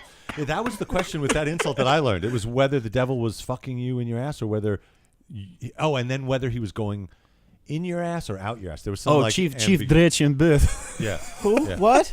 What does he do? The What devil is that? should go in your ass, I think. May the devil fuck you in the ass. Chief, fuck, Chief? basically. Drechi, devil, in Booth, in your ass. Can we please? I want that written in script and make a poster out of it to put that's in part here. of the care package I'm That's sending part you. of the care package. Thank you, man. I'm going to Xerox my page of the Facebook. by the way, Please and send do. it to you. Oh, Please. no, I want to say Yiddish is also a great insult language, but they're funny insults. They're not like scary. Those are scary insults. In Yeah, Albania. Yiddish are like they try is to be like, clever about it, right? Du sollst wachsen wie eine Zwiebel mit der Kopfendreh. Mit der Kopfendreh. So, du sollst wachsen wie eine Zwiebel mit der Kopfendreh. May you grow like an onion with your head in the dirt. Oh. So it's like kind of funny. It's like, No, Albanians I would don't want mean to it. start. I just want you to be uncomfortable. it's kind of like I wish severe, because nothing is worse for a Jew than being uncomfortable. and in the I dirt. wish you severe discomfort. And not You clean. and clean dirty. Not clean. I wish you'd be dirty, severe discomfort. Fucking Jews. Head in I the love dirt. it. I Like you love- just see someone scathing from. But it is kind of I hope you die, but in a very kind of nice, funny way. Yeah. And there's You're starting to make me think of Italian. I was ones, joking, talking with The one of my. Italian. Go ahead. No, I was joking, talking with one of my cousins, and he's like, "Yeah, anytime I want to just like when he'd get angry and like want to start a fight with somebody, because in Albania you don't say motherfucker, you say I'm going to fuck your mother." Wow. So it's basically Yeah. ta chief shanon. It's like, yeah, that's gonna. You don't take that one easily. in Arabic it's even better because there's not even the verb. You just say literally your mother's cunt. You say kusamak, and in Hebrew they use it also. Your face was so pleasurable when you said that. Like you were so happy that you knew it. But it's- Kusemic. Yeah, but all it is it's just the nouns. It's just the nouns. It's just literally- it doesn't say what we're going to do with it. Just to invoke that thing is suddenly Oh, a hey, massive remember? insult. Remember that exists. Yeah, your mom's literally. cunt. Yeah, so it's scary. I mean, that's also scary insult because that's I like remember you're about people to in throw Brooklyn down. saying that in English. Your mother's cunt. Yeah. Like, oh, they what- did? Yeah, Oh, just interesting. saying Yeah. it. Just saying the words. Yeah. My grandmother or my You grandfather see how used such to, distant cultures can find commonality. Oh, it's all the same shit, man. Yeah. Like my grandfather's friend used to get mad at people and say, "Manajara mort." They used to say. But Oh, it's yeah, like, yeah. You're Go to hell with the dead. Yeah, your dead relatives. Go to hell with the dead. In fact, they would say in Italian, they'll also say mortacci tuoi, which just means your goddamn dead relatives. Yeah. But again, there's no verb. It doesn't tell you what to do to them, what you where to. Yeah. I like that you say they're invoking them. Yeah, it's that's just like- hysterical. yeah, That's exactly what they're doing. They're invoking. Yeah, them. and in the other one in Arabic, I think if you don't want to invoke the mother's genitalia, you can invoke the sister's genitalia, which sounds even better because it has more khuz in it. Okay. Instead of kusammak, it's kusakhtah. Oh, Yeah, it sounds I love bad. that that's a word. Yeah, It kusakhtah. sounds. It's Yeah, just it sounds. like you want to fight. Yeah, like fuck. By the way, I feel like am I going to get in trouble for even sharing? No. this is No, good. not at all. No, sharing the language secrets. Okay. No, why would you? Peace. I just have to say this. Peace. Peace, Salam. peace, Salam. Salam. Shalom. Shalom. Pace. Pace. Friede. Frida. Salam alaikum. So talk to me Shalom about alaikum. talk to me about the non-existence of God. Oh. Hey! Yeah. Slam it right down to the Yeah, ground, didn't yeah. we? Wah, wah, wah. Where's our soundboard? We were having fun, Yeah. and then I brought up atheism. No, I Actually, just, for me that's fun. Yeah, no, I have, when people have asked me about this, first of all, I have written some material about this, so you can come hear me do that material on December 16th, 5 p.m. at Dangerfields. At Dangerfield. And Ladies and on Christmas Eve, December 24th at 9:30 at the Comic Strip on 2nd Avenue. Yes, the Comic Strip live. Anyway. Fantastic. Atheism. Yeah, so no, this is all I can say on that subject. It's not all I can say, but here it is. I have said this when people ask me. From the minute my first thought as a human that I can remember on this subject was, of course, there's no God. I think of it as an innate thing. Like you're either born an atheist. No one's going to convince me that there's a God. Just like I'm not going to convince anyone else that there isn't. I just firmly believe in the depth of who I am that that's not a real thing. And then people say, this is a classic thing. People are like, well, you're not atheist, right? You're agnostic, right? You're not saying he doesn't exist. You're just saying you don't know. And no, I know. Yeah. But I know for me, I don't know for you. And I respect, believe me, that's the trick. I totally respect people of faith. I wish I had it. Like I grew up in the school of Orthodox Jews. I thought that's great to have that belief. Orthodox people who believe, I think that's a great solace. And it can be a great thing. I don't have it. It just doesn't make sense. Well, I don't know. I've never gone down like carefully down the road of like the philosophy of it. There are arguments that explode that it makes sense, of course. Yeah. And well, I've heard it referenced as a smart way that I think I've heard it referenced is that religion or faith or whatnot is kind of like it becomes an emotional scaffolding for some people. Sure, that's and exactly right. And even if there's all that other element, there's like things that don't make sense. They're like, oh, but this gives it structure, so my brain doesn't have to kind of sit in the the existential nebulousness of that idea. You know, I want to say the best book for me on this subject is Christopher Hitchens' "God Is Not Great." So Christopher Hitchens, that English writer journalist who passed away, but he's amazing. You can watch him on YouTube talking. Brilliant guy. Yeah, but the book is great, and of course Bill Maher has a great movie on the subject. Yeah, and see, that's apparently the thing, Bertrand Russell, who I have not read, but he was referenced in this movie Indignation by a kid who's a real diehard atheist. My friend Ben Rosenfield, an actor who I got to choke in Boardwalk Empire. Oh, fantastic! He's great in that movie. But they're philosophers who have explained very clearly. I don't know the philosophy, but I just know in my heart of hearts. I was going to say in my soul, ironically, but in my depth, the depth of who I am, there is no God, there is no afterlife, there is nothing but us here and now, and that we should treat each other well. Yeah, that's it. Just be nice to each other. And no matter what your belief system is, if you do kind of look at it as like, hey, it's just one go around, it really kind of motivates, I believe, some better behavior. I agree with that completely, and that's a great answer to when people say, well, what if there's no God? Why be nice to anybody? Well, that's why. Because you just have this one time. You have one time. Here's the thing. For lack of a better word, it's still a miracle that we exist.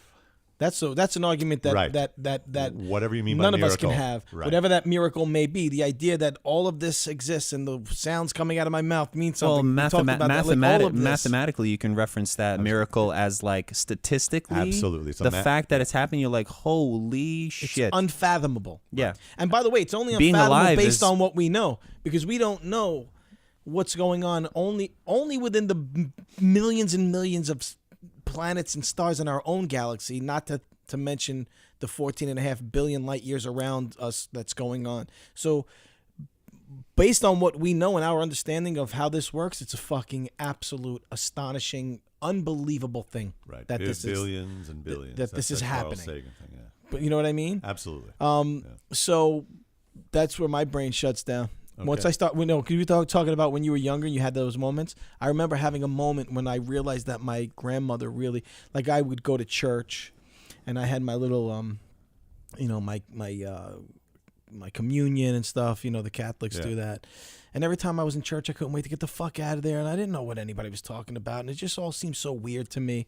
And then I, as a kid, internalized it as, oh, this is a thing that all the adults have to do because they're all showing everybody they're as good as each other. And but then my grandmother said something. Oh, she was praying, and I had a moment when I was like, she really believes this shit? She does it outside of that place? Like, what the fuck are you doing? It's a waste of time. Stop that. Wow. As a kid, as like a 9-year-old, going, why would you do that? You know? And then as you get older, you know, you start to, it's part of you, man. Yeah. It's just part of, like, you question it, you know? And then, you know, when I was in high school, I remember telling my brother, man, who's a scientist, if the universe is expanding, what is it expanding into? And he goes, that's pretty fucked. That's good. He's like, it's pretty fucked up, right? Yeah. He's like, think about that for a second, huh?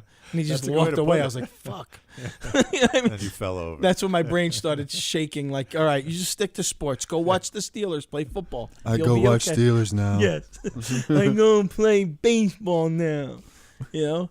All right, so we touched on that, and I guess we'll leave it there, huh? Oh, you mentioned Pittsburgh. Let me do another plug. I have a friend, David Kay, out in Pittsburgh. He produces comedy shows. It's awesome. So I have some feature work out in Pittsburgh at the end of January. Oh, look at you! Show with David Kay and some other headliners. Email me for tickets. Email you. January. What about you? Have a website? Yeah, EthanHerschenfeld.com. There it is. It's impossible to spell, but it's spell it.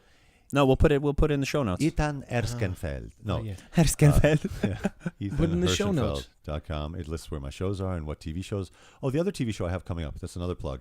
So Happy, that's on Sci-Fi, first week of January. And then also I'm in the pilot episode of Deception, a new show on ABC that's going to be airing in the new year.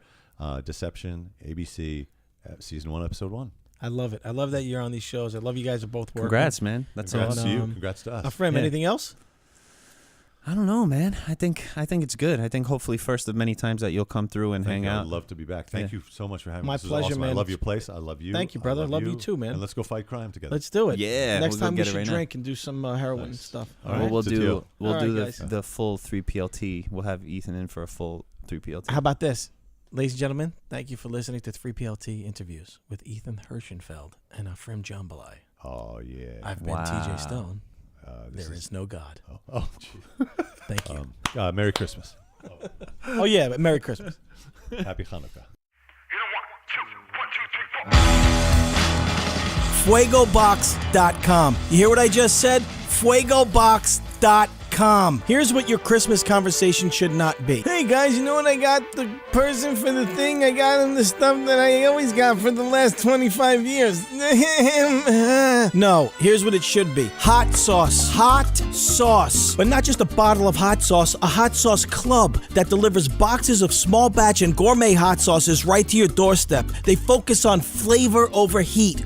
Always avoid the gimmicky selections. Think of it as a hot sauce club for people who love food. Go to FuegoBox.com and use the code 3PLT for $10 off your first box. That's the code 3PLT for $10 off your first box. By the way, I love the idea that they focus on flavor over heat because I hate really hot sauces. And I hate people who are like, you should eat this, it's really hot. Taste this hot sauce, it's so hot, it's awesome. Don't call it awesome just because it disintegrates your teeth. I don't need to eat something that's gonna bore a hole through my skull. What I need are the geniuses over at FuegoBox.com to send me boxes and boxes of small batch gourmet hot sauces for my unbelievably wonderful holiday experience. Go to FuegoBox.com, use the code 3PLT for $10 off your first box. That's FuegoBox.com, the greatest thing that's ever happened in the history of hot sauce.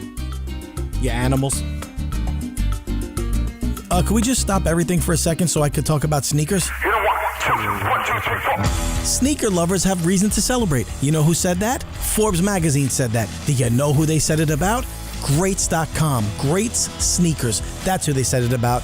My boys, Ryan Babenzine and John Buscemi, besides having two of the coolest fucking names in the history of life, started this sneaker company because they wanted to bring something different, disruptive, and better to the sneaker market, and they did it. They're from Brooklyn. We love that. They sell sneakers. We love that. But what we really love is how cool, comfortable, stylish, and fresh these sneakers are. They're changing the game. From a business point of view, it's brilliant because they have what's called a disruptive business model. They're disrupting the industry. So what does that mean, right? You look at the major sneaker brands out there, and it takes them 18 to 24 months to design, create, produce, and bring a new product to market. That means that right now, they're working on stuff that's coming out around 2020. Stop it.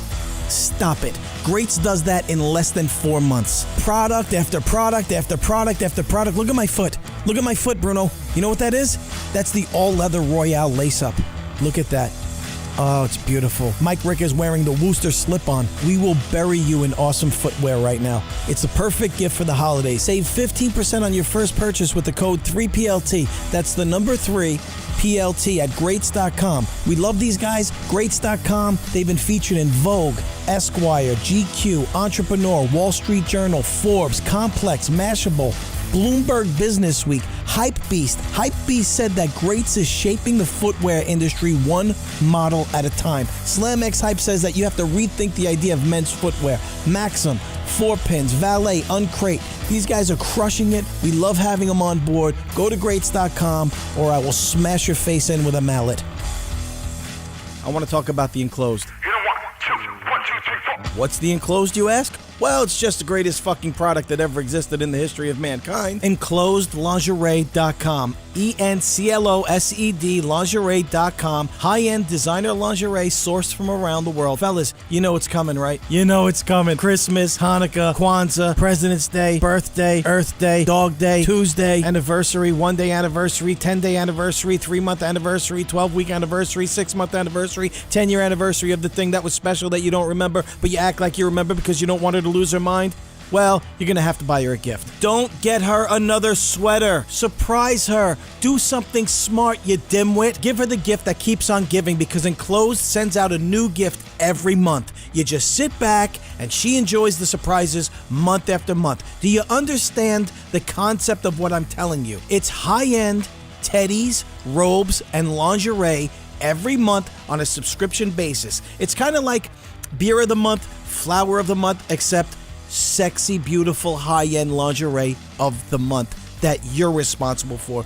You made this happen. You're the hero. You are the hero. Do you understand what I'm telling you? And these aren't like department store undies. These aren't like the bloomers you get at Target. These aren't Target bloomers, fellas. High-end designer lingerie from around the world. Go look at Cherry Brandy and tell me if that doesn't change your life. So what do? You go to enclosedlingerie.com, you open up an account, and then you customize your preferences based on your wife or girlfriend, and then they send it every month. They guarantee the size, too. You can't mess it up.